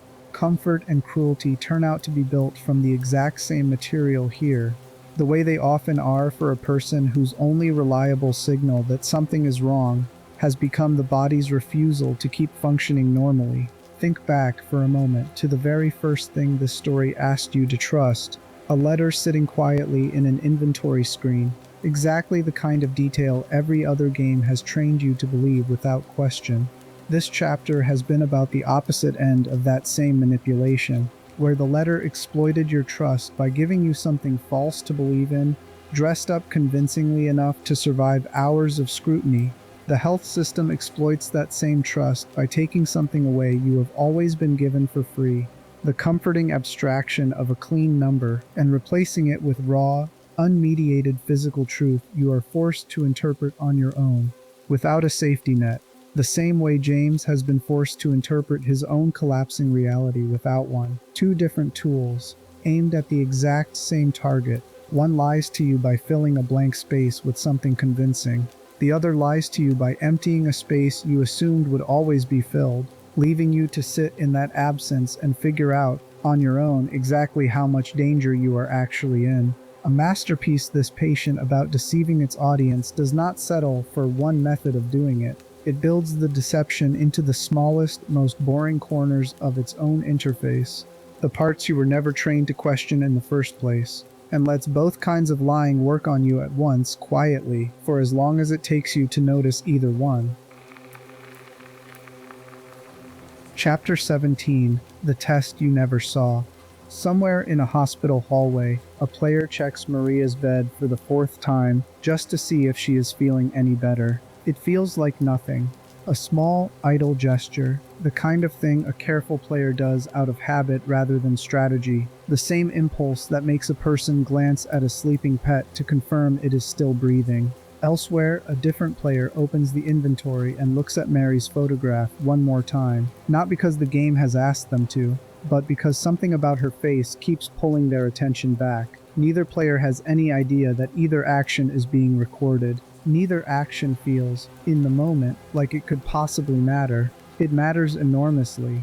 By the time either player reaches the end of this story, the small throwaway choice to check on Maria one extra time, or to stare a little too long at a dead woman's photograph, will have already helped decide which version of James Sunderland walks away from this town, and which version does not walk away at all. Silent Hill 2 never tells you it is grading you. There is no meter on screen counting your morality, no obvious dialogue choice presenting two clearly labeled paths. The game simply watches. It tracks how many times you open the inventory to look at Mary's letter or her photograph. It tracks how often you examine a knife that belongs to a teenager you barely know. It tracks whether James spends long stretches of the story limping around in pain or gets healed back to full strength as quickly as possible every single time. It tracks how much attention you pay to Maria, whether you go out of your way to check on her, whether you let her take damage in a fight, whether you wander off course exploring instead of staying close enough to protect her. Buried in a prison sequence, a small puzzle asks you to choose between two coins representing different figures, one shaped like a man, one like a woman, one like a snake, one like an eye, ostensibly to decide who is responsible for an unrelated crime in the story's fiction. That choice gets logged too, quietly assigned to one of three competing totals running in the background the entire time. A box puzzle later in the story offers a choice between a fresh apple and a rotten one. That gets logged as well. A handwritten message scrawled above a jukebox in a bar gets read by some players and skipped by others, and whether you stop to read it adds its own small weight to the scale. None of these moments announce themselves as significant. That is precisely the design. Every other major decision point in modern storytelling tends to flash a warning, a dialogue wheel, a moment of obvious weight where the game all but says, "Choose carefully, this will matter." Silent Hill 2 hides its real judgment inside the textures of ordinary play. The parts of the experience every player assumes are simply how they happen to be moving through the world, rather than evidence being collected against them. You are not being asked a question you can recognize as a question. You are being watched while you think no one is watching, and the things you do without thinking turn out to carry more weight than anything you would have chosen deliberately if you had known the stakes. There is a reason this approach to judging a person cuts deeper than almost any dialogue choice could. Psychologists who study personality have long understood that what a person says about themselves and what a person actually does, especially in unguarded, low-stakes moments, frequently tell two different stories. Ask someone directly whether they are a careful, attentive person, and most people will answer yes, because most people want to believe that about themselves, regardless of whether it holds up under observation. Watch the same person quietly, across dozens of small, unscripted moments, whether they remember to check on someone who is sick, whether they linger on a photograph of someone they have lost, whether they let themselves stay hurt longer than necessary, and a much more honest portrait starts to emerge, built entirely out of habits the person never consciously chose to perform for anyone's benefit. Researchers sometimes call the physical traces left behind by these unguarded habits behavioral residue, evidence of who someone actually is, scattered across the small, unconscious choices they make when they believe no test is currently in session. Silent Hill 2 builds its entire ending structure out of exactly this kind of residue. It does not ask James or you to declare what kind of man he is. It simply watches what both of you do when neither of you thinks the answer is being recorded, and lets that answer write the final chapter. This connects directly back to the deepest wound running underneath this entire story. James spent years of his marriage telling himself a version of who he was, a patient husband, a man trying his best, while the actual texture of his daily behavior toward a dying wife told a more complicated and less flattering story underneath it. He was not lying about this consciously, the same way he was not consciously lying about the letter. He had simply stopped looking closely enough at his own unguarded behavior to notice what it revealed. The game's hidden scoring system puts the player through a small, compressed version of exactly that same blind spot. You believe you are simply playing a survival horror game, healing when convenient, glancing at photographs out of idle curiosity, protecting a companion because protecting companions is generally the right thing to do in stories like this one. You are not aware that every one of those unguarded habits is quietly being weighed, the same way James was never fully aware of how his own unguarded distance and resentment were quietly accumulating into something that would eventually demand a reckoning far larger than either of you expected. The cruelest part of this design only becomes visible once you understand how specific some of these triggers actually are. Choosing to leave James in pain for long stretches without healing pushes the story toward an ending where he drives into the lake alongside Mary's body, healing him constantly, keeping him in pristine condition no matter how minor the threat, pushes toward an ending where he survives and eventually finds something resembling peace. Read in isolation. That distinction sounds almost arbitrary, a strange way to determine something as significant as whether a man lives or dies. Read against everything this story has already shown you about caregiving, exhaustion, and the long, slow toll of watching someone suffer without adequate relief. It stops sounding arbitrary at all. A player who keeps James meticulously healed, who refuses to let him sit in pain for even a moment, is, in the smallest possible way, modeling the kind of attentive, present care James himself was unable to sustain for Mary during the years that actually mattered. A player who lets him limp through the fog, unattended, half-broken for hours at a stretch, is unknowingly rehearsing the same neglect that helped bring this entire tragedy into being in the first place. The game is not simply tracking a morality score. It is quietly testing whether you, the player, will extend to this fictional, guilty, exhausted man the same patient attention that Mary, by every account this story gives us, was not consistently given by the person who loved her. You were never just choosing James's ending. You were being asked, the entire time, without ever being told the question existed, whether you had learned anything at all from everything this story had already shown you about what happens when care runs out before the suffering does. Most players fail that test without ever knowing it was being administered, healing inconsistently, checking on Maria out of simple narrative curiosity rather than devotion, drifting toward whichever ending the most common, least deliberate set of habits happens to produce. That ending, the one earned through ordinary, inattentive play, is by every account the most frequently received conclusion this game hands out. A quiet, unglamorous outcome that asks for nothing remarkable from the player and receives, fittingly, nothing remarkable in return. This is the last and perhaps the most thorough piece of evidence in the case this video has been building from its very first chapter. The letter exploited your trust by handing you a comforting fiction to believe.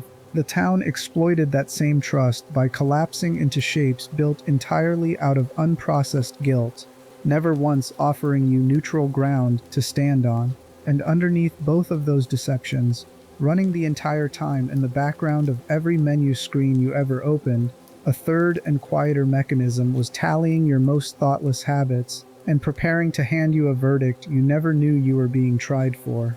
A masterpiece this committed to lying to its audience does not stop at the plot. It reaches all the way down into the smallest, most unconscious choices a player makes without thinking, and turns even those into one more place where the trust you never knew you were extending could be quietly, patiently, completely used against you.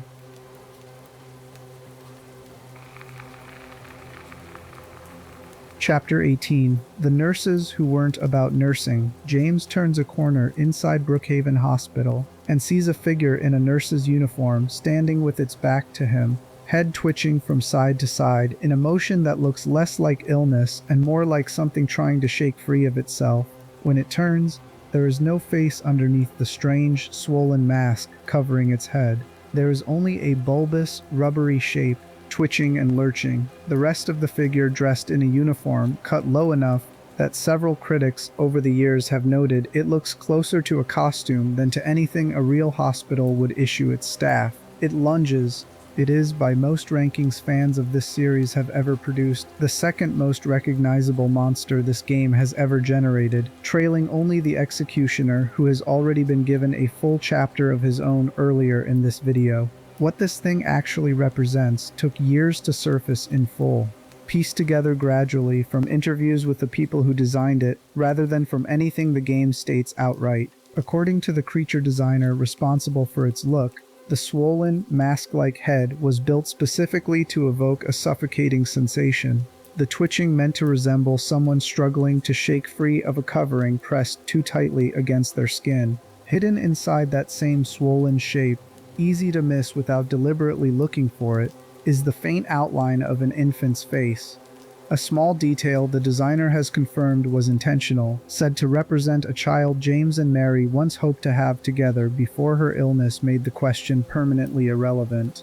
Some versions of the creature also carry a red square fixed over where a mouth would be, a detail other analysts studying the game's symbolism have connected to what they describe as shrieking insanity, specifically tied to moments where Mary's illness pushed her into verbal cruelty toward James, that neither one of them, by any account the game gives us, ever fully processed together before she died. Read each of those details on their own, and they sound like isolated design choices, the kind of thing a single artist decides late one night without necessarily building toward a unified statement. Read together, stacked one on top of another inside the same creature. They form something closer to a complete psychological portrait of exactly what was happening inside James during the final stretch of his marriage, compressed into a single recurring enemy he has to fight his way past dozens of times across this story. A suffocation he caused, a child that never arrived, a wife whose pain sometimes came out as cruelty he had no healthy outlet for absorbing. None of this gets explained to the player in dialogue. None of it gets confirmed by James himself, who never once sits down and explains what these creatures mean or why they specifically take this shape rather than some other one. The game hands you the symbol first and trusts you to do the uncomfortable work of decoding it yourself, the same way it trusted you to believe a letter that was never real. There is a real and rarely discussed corner of caregiving research that this creature brushes up against more directly than most people would expect from a video game monster. Clinicians and researchers who study long-term caregiving, particularly caregiving for a romantic partner through a terminal illness, have documented something that carries an enormous amount of private shame for the people experiencing it. Sexual and intimate needs do not simply switch off the moment a partner becomes seriously ill. They persist, often quietly, often guiltily, sitting alongside grief and exhaustion and fear in a way that feels, to the person experiencing it, almost obscene given the circumstances. A spouse can be terrified of losing someone they love and still privately ache for a kind of closeness that illness has made impossible. And the shame attached to admitting that ache out loud, even to a therapist, even to themselves, often runs deeper than almost any other part of the caregiving experience.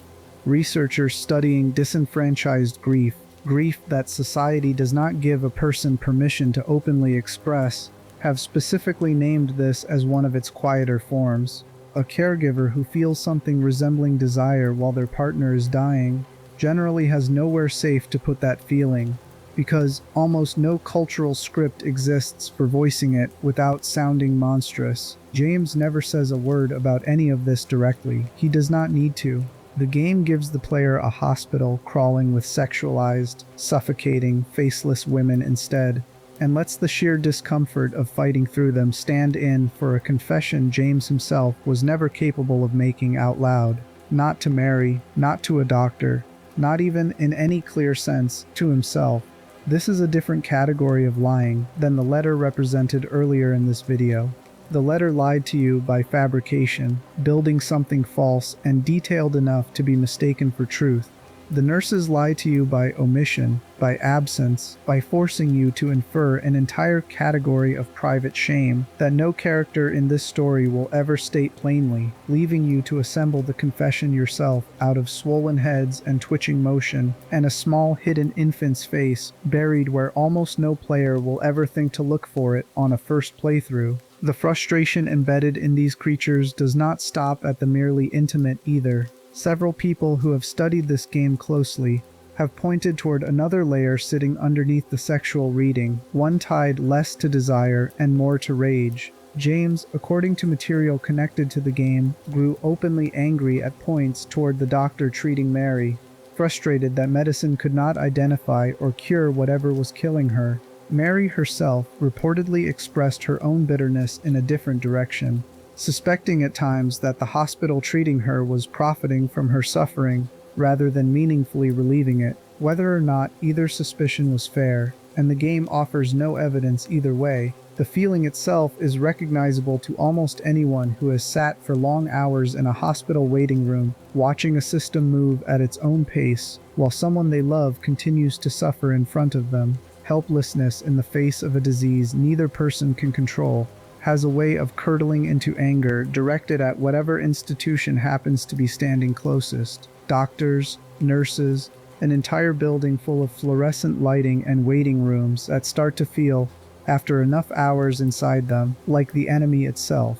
The nurse, the literal job title for the people meant to be providing care and relief, becomes instead the shape James's mind reaches for when it needs somewhere to aim an anger it never got to express cleanly, while Mary was actually alive to receive it. A second creature deserves equal attention here, one easy to walk past without much thought, given how often it simply stands frozen in dim hallways until James gets close enough to provoke it. The mannequin, as players have come to call it, is built from what looks at first glance like two sets of legs fused together at the waist. No head, no clearly readable upper body, a shape that resembles a human figure only the way a child's rough sketch resembles the person it is supposedly drawing. According to the same designer responsible for the nurses, this creature was built specifically to symbolize sexual frustration as well, though its construction takes a noticeably colder, more clinical approach to that theme than the nurses do, where the nurse still carries the shape of a woman, distorted and disturbing as that shape becomes. The mannequin strips even that much humanity away, leaving behind something closer to a department store fixture brought to life, parts assembled without any attempt at making the whole thing resemble an actual person. That distinction matters more than it first appears to. A frustration aimed at an actual, specific person, however disguised, retains some trace of intimacy, however twisted. A frustration aimed at something built to resemble a mannequin, an object explicitly designed for display rather than connection, suggests something colder underneath it, a need reduced to its barest mechanical components. stripped of any remaining attachment to the person it may have once been about. Some readings of this creature's design have gone further, describing certain details on its limbs, small recessed slits along the upper sections, as resembling either eyes or feeding openings, an ambiguity the original designer has never fully clarified one way or the other. Whatever the precise intention, the effect lands the same way either reading would. This is desire with the person removed entirely, mechanical, faceless, fused together wrong, still recognizably built out of human shapes but assembled by something that has stopped caring whether the result resembles a human being at all. One of this creature's most disturbing appearances in the story involves the executioner figure discussed earlier in this video, encountered in an early scene many players still remember vividly decades later, where Pyramid Head is found in close, violent contact with a pair of these mannequins, a moment widely read by critics and analysts as overtly sexual in nature, and disturbing enough that the specifics are best left undescribed here. James happens upon it, recoils, and retreats rather than intervening. What matters for the purposes of this video is less the scene itself and more what it confirms about the relationship between James's two main psychological projections. The figure built specifically to punish him is shown, in this same breath, indulging in exactly the kind of impulse the punishment is supposedly meant to atone for. Punisher and offender, in this single image, briefly collapse into the same body, doing the same thing, which tracks precisely with everything this video has already established about where Pyramid Head actually came from. He was never a separate moral authority standing in judgment over James from some outside vantage point. He is James, the worst and most ashamed part of him, simply given a blade and a helmet and set loose to enact a punishment that, in moments like this one, looks disturbingly similar to a continuation of the same shame rather than any kind of relief from it. Worth noting too is how these creatures change once James crosses fully into the rotted otherworld version of certain locations. The transformation already examined at length earlier in this video. A darker, dirtier variant of the nurse appears in these fully transformed spaces, dressed in tattered remnants rather than a recognizable uniform. A spiked mask replacing the smoother one seen elsewhere, with an unexplained growth extending from its back and shoulder that the creature's own designer has admitted was a late addition made without time to fully integrate its symbolism into the rest of the design. Even an acknowledged loose end like this one ends up reinforcing the larger pattern running through every monster covered in this video so far. As James moves closer to locations carrying the heaviest emotional weight, the symbols representing his shame do not simply repeat themselves unchanged. They escalate, grow rougher, more damaged, more openly wounded, matching the increasing collapse of whatever defenses have kept him from fully remembering what happened in that hotel room. Step back now and look at what these two creatures, the nurse and the mannequin, are actually doing inside the larger argument this video has been building from its opening minutes. The letter lied to you by inventing something false and asking you to believe it. The town lied to you by collapsing into shapes that always seem to be objective scenery, while actually being filtered entirely through one unreliable man's perception. The ending itself lied to you by tracking your most thoughtless habits behind your back and building a verdict out of data you never knew was being collected. The nurses and the mannequins represent a fourth and quieter method, lying through silence, through gaps the dialogue never fills. Through a confession the game forces you to assemble yourself out of swollen heads and fused legs, and a hidden infant's face buried in a design most players will never notice without being told exactly where to look. James never tells you he felt something resembling desire while his wife lay dying.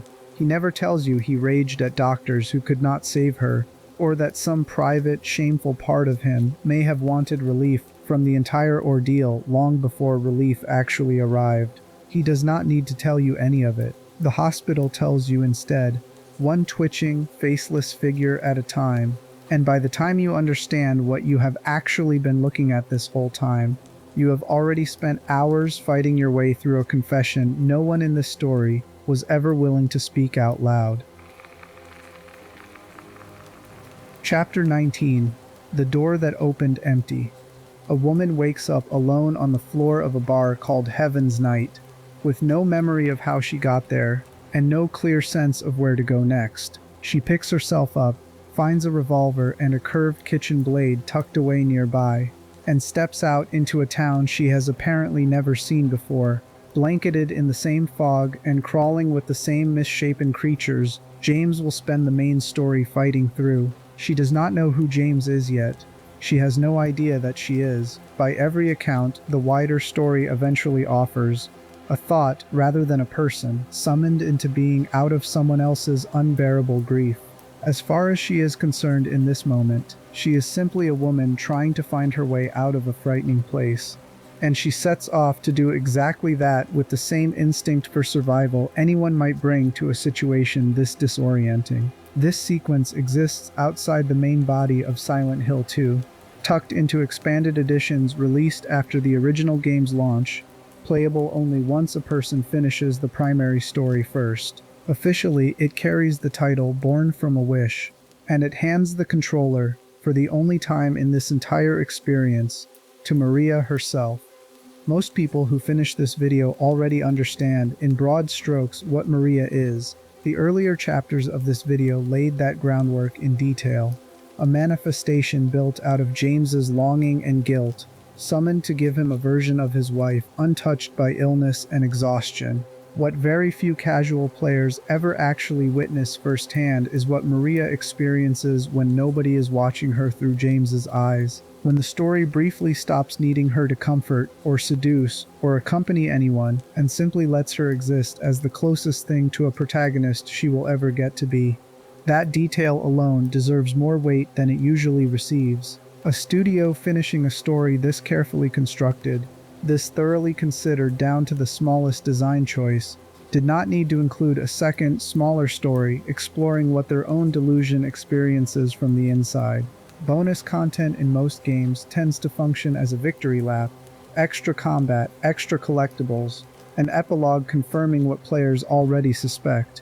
Team Silent used their bonus content instead to extend the central deception of their main game into an entirely separate playable character, proving almost as an aside that the lie running underneath everything in this story was never built as a single clever twist confined to one man's specific tragedy. It was built as a way of seeing the world, applied consistently enough that even a piece of optional, easily skippable content continues practicing it without exception.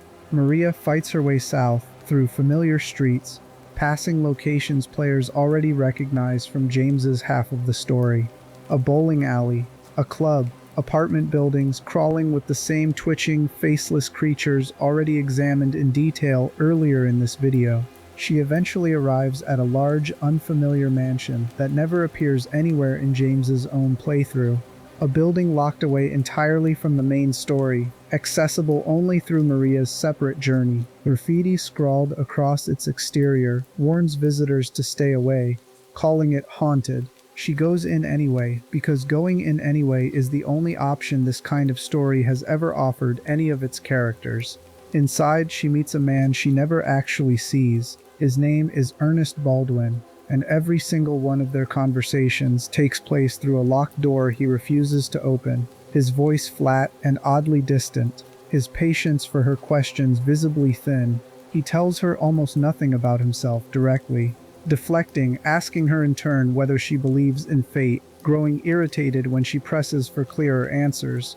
What he does eventually share is the reason he is hiding inside this house at all. 10 years earlier, on his own birthday, his 7-year-old daughter Amy fell from a window in the mansion's attic while apparently retrieving a card meant for him, and died from the fall. He has not recovered from it. He does not appear to want to recover from it. What he wants instead, and what he eventually asks Maria to help him accomplish, is a ritual capable of bringing Amy back, built around a specific set of objects, one of which is a pale, unidentified liquid Maria has to retrieve from a nearby apartment building before he will trust her enough to continue. Stop here for a moment, because this detail connects directly to something already covered earlier in this video, and the connection is not a coincidence built by accident. Among the handful of stranger, optional endings available to James later in the main story sits one called Rebirth, in which James, rather than accepting Mary's death, attempts a ritual of his own using objects gathered across the course of his journey, hoping to bring her back through means that have nothing to do with medicine or mourning, and everything to do with refusing the plain fact of a death he has spent the entire story failing to accept. Ernest Baldwin is attempting precisely this same ritual, built from precisely the same impulse, using language and objects close enough to James's own eventual attempt that the parallel cannot reasonably be read as accidental. A man who has lost someone he loved, unable to bear the finality of that loss, reaching for ritual instead of grief, hoping the right combination of objects and intention might undo something that has already irreversibly happened. Maria does not know any of this is coming when she agrees to help him. She simply commits to it the way a person might commit to helping anyone in obvious pain, telling him plainly that she does not mind fighting for an impossible cause, a small line of dialogue that carries far more weight in hindsight than it does the first time a player hears it. She retrieves what he needs. She brings him Amy's birthday card, found tucked beneath a chair in a darkened attic where she briefly hears what sounds like a child's voice giving her instructions, though she never sees anyone there either. Ernest, in turn, begins revealing more than he intended to. He tells her, almost as a warning, that a man named James Sunderland is coming, that James is a bad man, that James is searching for something Ernest describes in a strange pointed phrase, the you that isn't you. Maria does not fully understand what he means by this. Something in her responds to it anyway, fragments of memory surfacing that do not belong to her own short, strange existence. Knowledge that James was not good to his wife during her illness. Knowledge that he ultimately killed her, paired uncomfortably with a contradictory certainty that underneath all of it, James remains, in some essential way, a kind person. None of this should make sense for a woman who, by her own account, woke up alone in a club a short while earlier with no history and no past. It makes sense anyway because Maria, whether she understands it yet or not, is not actually separate from the story she believes she is having her own independent experience inside. She is carrying pieces of Mary inside her without knowing where those pieces came from, the same way a person might carry an old fear or an old habit without remembering the specific event that planted it. She has been told, in this moment, almost everything the player needs to understand about her own nature, delivered by a man speaking from behind a locked door who seems to know far more about the wider situation than anyone trapped inside a haunted mansion reasonably should. Then Maria finally gets her answer about who or what Ernest actually is. After their last conversation, a brief, almost gentle exchange about fate that ends with Ernest insisting there is nothing left beyond his door worth seeing, Maria opens it anyway. The room is empty, no man, no body, no sign that anyone has occupied that space in any physical sense at all. Whatever Ernest Baldwin was, whatever has been speaking to her this entire time, asking for her help, warning her about James, sharing a decade of grief over a daughter who fell from a window on his own birthday, it was never standing on the other side of that door waiting to be seen. It was a voice, possibly a ghost, possibly by one reading the game itself never fully closes off. Simply another fragment of the same broken mind that built Maria in the first place, a second compartment of James's guilt given its own separate room to inhabit, walled off even from Maria, the one creation closest to having something resembling independent thought of her own. Maria leaves the mansion afterward, and what follows is the single most exposed, most genuinely vulnerable moment this character receives anywhere across the entire game. Standing alone outside, having just discovered that the one other person she bonded with on her own terms, without James anywhere nearby to define the relationship for her, was never physically present to begin with, she comes, for a long, quiet moment, dangerously close to ending her own existence right there in the dark. The game does not dwell on the specifics of how, and this video will not either, out of respect for what that moment represents, rather than what it depicts. What matters is what happens next. She stops herself, she sets the impulse aside, murmurs James's name almost without meaning to, and turns instead toward Rosewater Park, the same lakeside spot where the main story's version of this encounter is waiting to happen, walking toward a man she has not technically met yet inside this particular telling of events, carrying a despair that belongs, in the end, more to her own brief, strange, abandoned existence than to anyone else's tragedy at all. There is a real psychological framework worth bringing in here, distinct from the ideas about memory and self-deception already covered earlier in this video, because what Maria experiences inside that mansion touches on something slightly different. People build a meaningful portion of their sense of self through relationships with others, through the specific shape another person's presence and attention leaves behind in their own mind over time. This idea sits at the center of what psychologists studying early relationships and attachment call object relations, the theory that a person's inner world gets constructed piece by piece out of their experience of connecting with other people, even imagined or remembered versions of those people long after the relationship itself has ended or changed. Maria spends her entire brief existence inside Born from a Wish building exactly this kind of internal connection with Ernest, shaping her own understanding of herself, partly around his presence, his trust in her, his need for her help. Discovering that the foundation of that connection was never physically there does not just cost her an ally. It destabilizes a piece of the self she had been quietly constructing in relation to him, because a connection built with something that was never solid ground in the first place cannot hold weight once that absence becomes undeniable. This is, in miniature, exactly what the entire main story eventually does to James, and by extension to every player who spent hours trusting a letter that was never real. Maria's mansion is James's hotel room. Ernest's empty chair is Mary's videotape. Both stories end with someone discovering that the relationship they believed was holding them steady, giving their existence shape and direction, was built across an absence rather than a presence, and both characters are left standing in the wreckage of that discovery, with nothing solid left to brace against, except whatever they decide to do next. James chooses one of several possible paths, examined at length earlier in this video. Maria, in this smaller, easily missed corner of the larger story, makes her own choice in that same instant, deciding, against every reasonable impulse toward despair, to keep walking anyway, toward a man she does not yet know will eventually fail to truly see her as anything more than a comforting echo of someone else. What makes this entire sequence so quietly devastating, once you understand what it is actually doing, is how completely optional it is. A significant number of people who have played this game from beginning to end have never touched Born from a Wish at all, either because their particular edition never included it, or because they simply never thought to look for it once the credits rolled on the main story.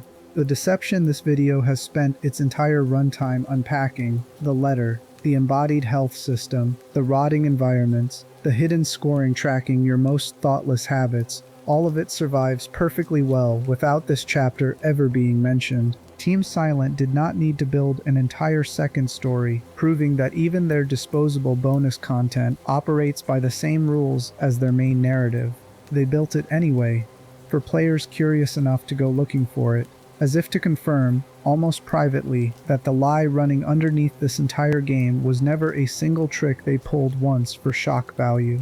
It was simply how they understood the act of grieving something you cannot bring yourself to properly let go of, applied with the same patience and the same unwillingness to soften the conclusion whether the person living inside that grief happened to be the protagonist the whole world already knew, or a quiet, forgotten woman discovering, alone in the dark outside a haunted house, that the one connection she thought belonged entirely to her had never had anyone standing behind the door at all. Chapter 20: The Lie That Already Existed. A man lies strapped to a gurney, wheeled at speed through a hospital corridor, lit by flickering fluorescent tubes, faces and shapes blurring past him too quickly to register as anything but threat. He cannot move. He can only watch the ceiling tiles streak overhead while something in his body screams that this place, whatever it actually is, means him harm.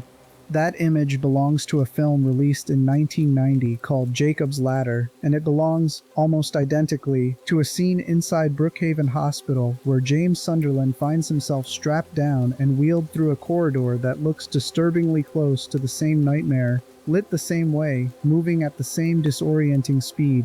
This is not coincidence. One of the directors who helped shape the original Silent Hill named Jacob's Ladder directly, in an interview conducted shortly after that first game's release, as a personal favorite and a significant influence on the broader imagination behind the series, a film the development team had studied closely while building their own sense of how psychological horror should feel and move. The connections run deeper than mood and lighting once you start looking for them. James Sunderland shares his initials with Jacob Singer, the film's own tormented lead.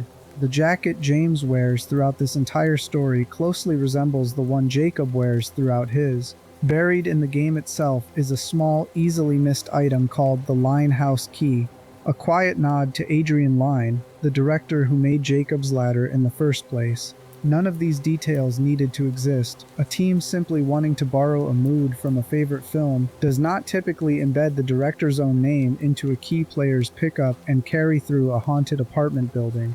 This was not casual homage. It was a team of writers and designers pointing, deliberately and repeatedly, toward the specific story they were building their own story on top of.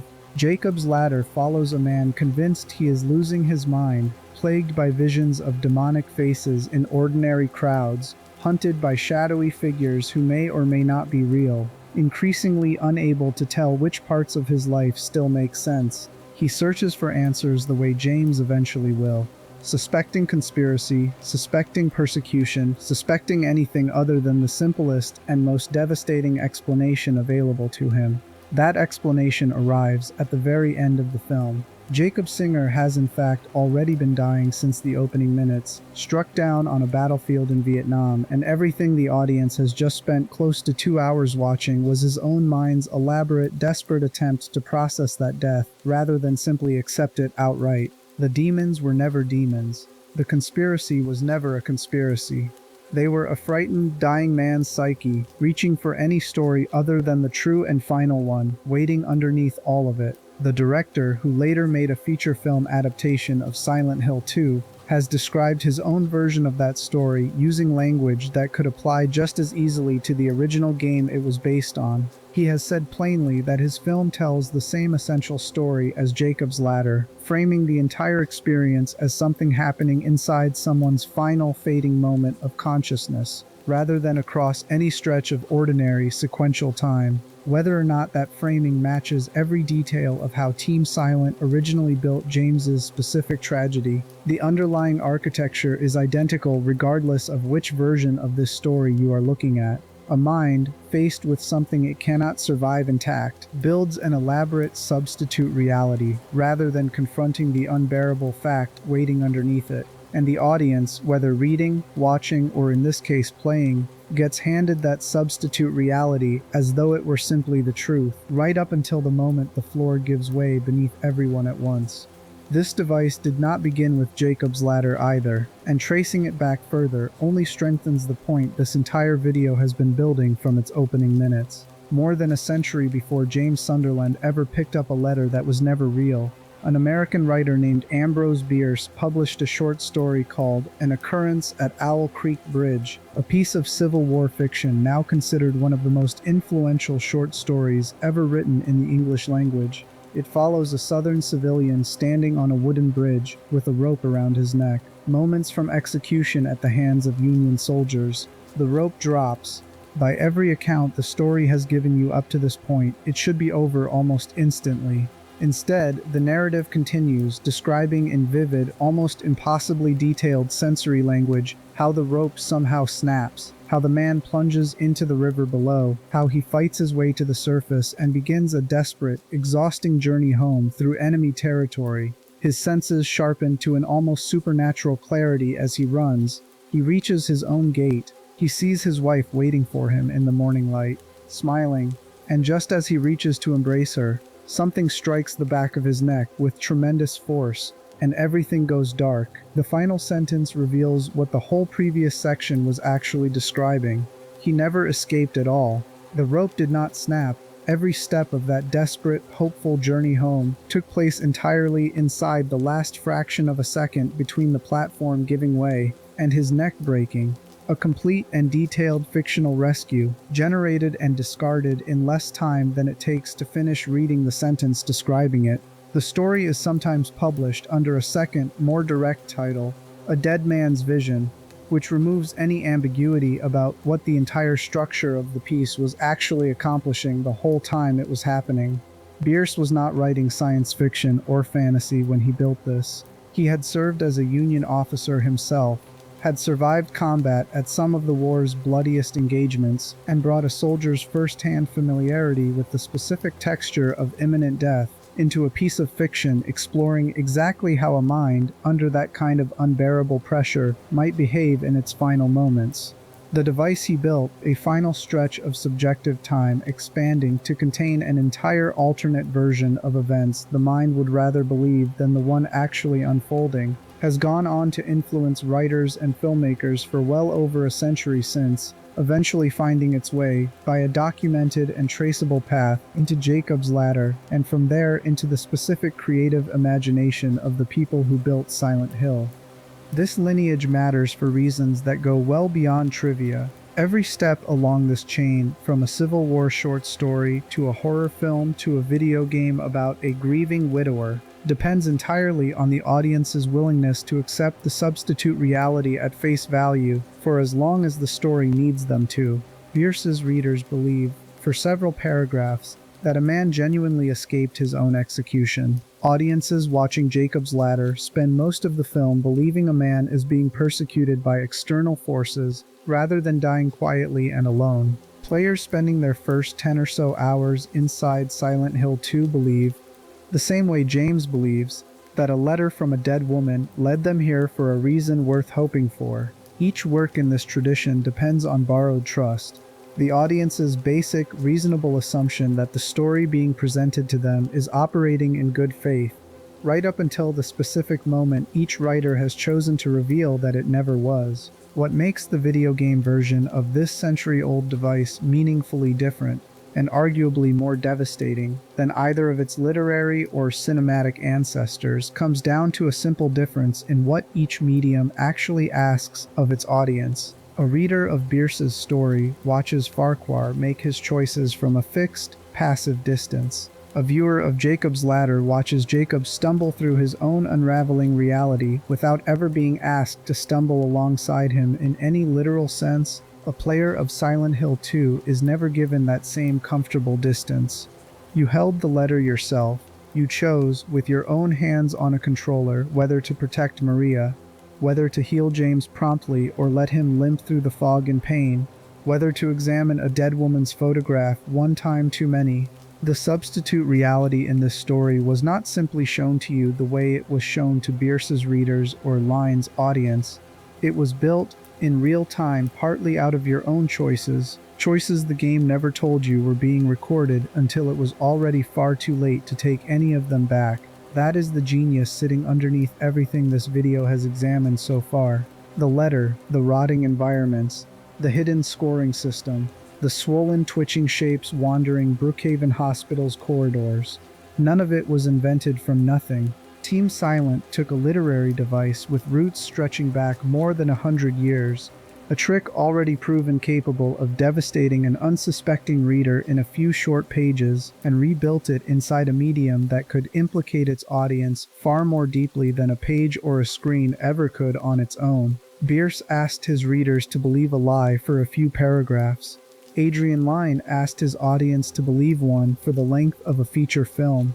Team Silent asked you to live inside one, to make decisions inside it, to care about its outcome with your own time and effort, for as many hours as it took you to finish the story, and then watched as the same trapdoor that swallowed Peyton Farquhar and Jacob Singer before him opened up beneath you too, except this time you had been the one quietly, unknowingly helping to build the floor you were about to fall through. Chapter 21, The Game That Lied. Go back for a moment to the very first thing this story asked of you.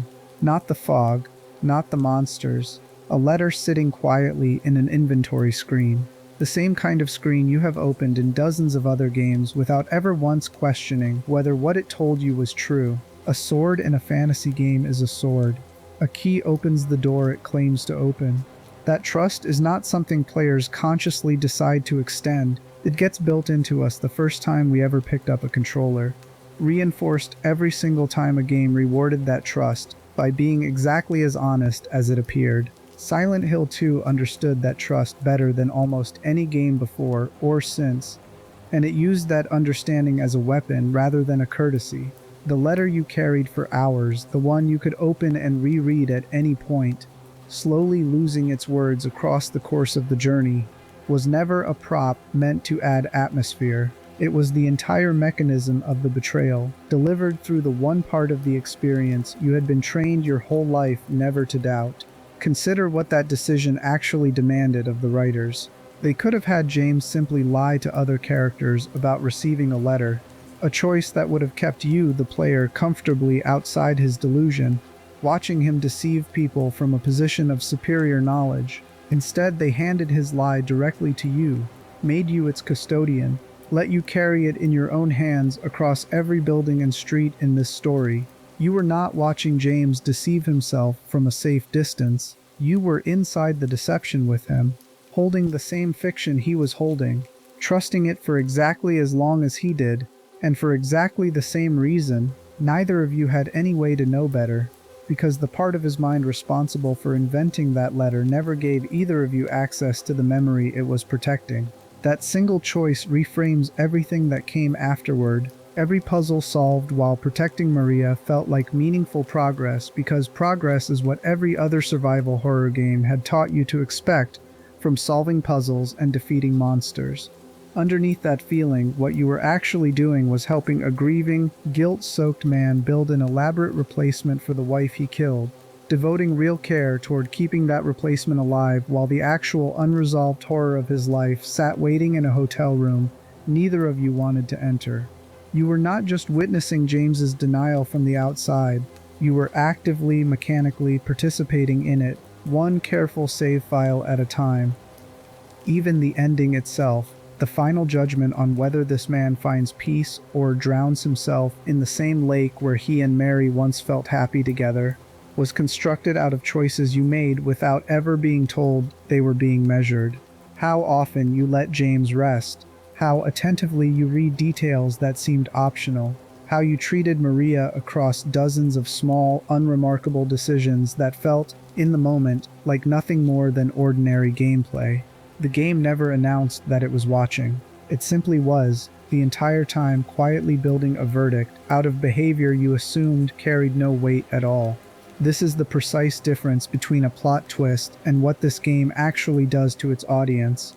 A plot twist asks you to be surprised. It does not generally ask you to feel responsible.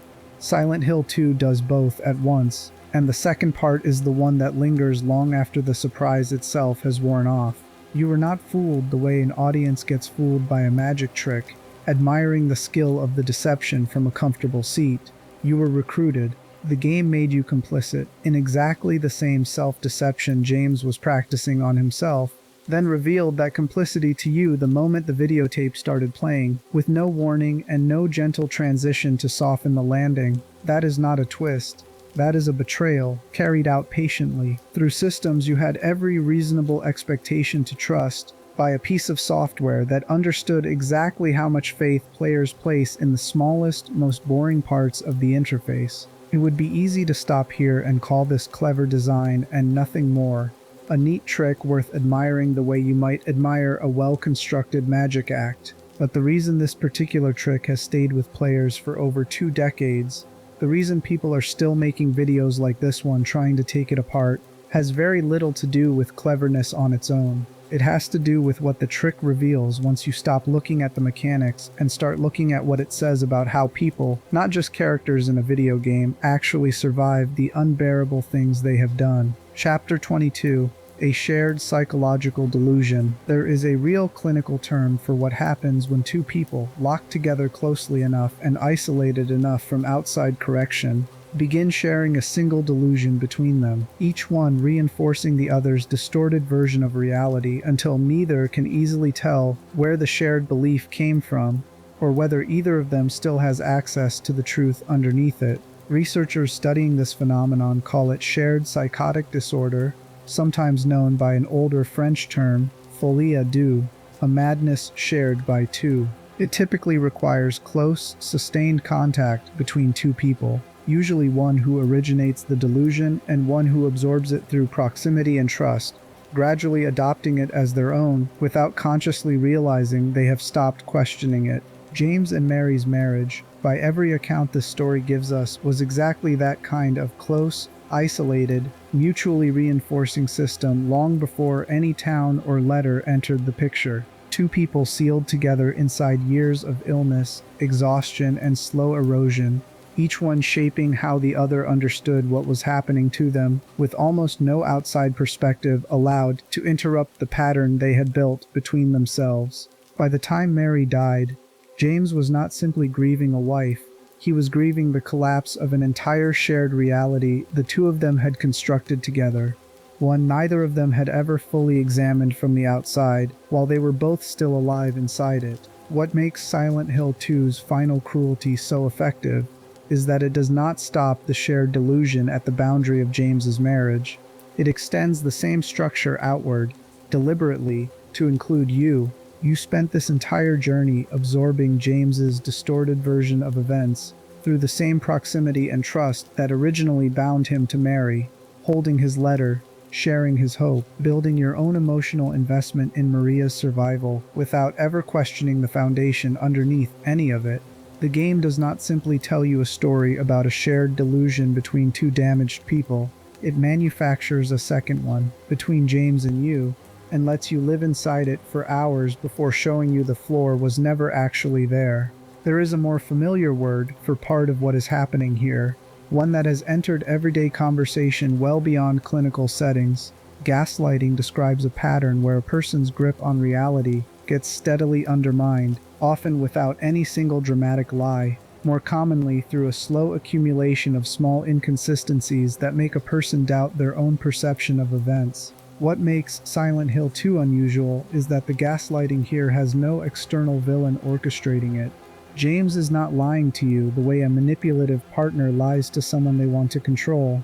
He is lying to himself first, with total sincerity, and you simply happen to be standing close enough to that lie to inherit it. The town gaslights both of you simultaneously, using the exact same fading letter because the town and James's own collapsing mind are, by the story's own design, never fully separate things to begin with. This is also where Angela and Eddie stop being side characters whose stories happen to share space with James's and start looking like deliberate variations on the same central argument. Angela absorbed her mother's distorted version of reality so completely that she came to believe her own abuse was deserved. A private folie à deux built between an abuser's household and a child who had no outside perspective strong enough to correct it. Eddie absorbed years of cruelty until the only reality he could access treated violence as the sole language anyone would respect. Each of them, like James, like you, spent years trapped inside a version of events built and reinforced through close, isolated, unchallenged proximity to the thing that hurt them most.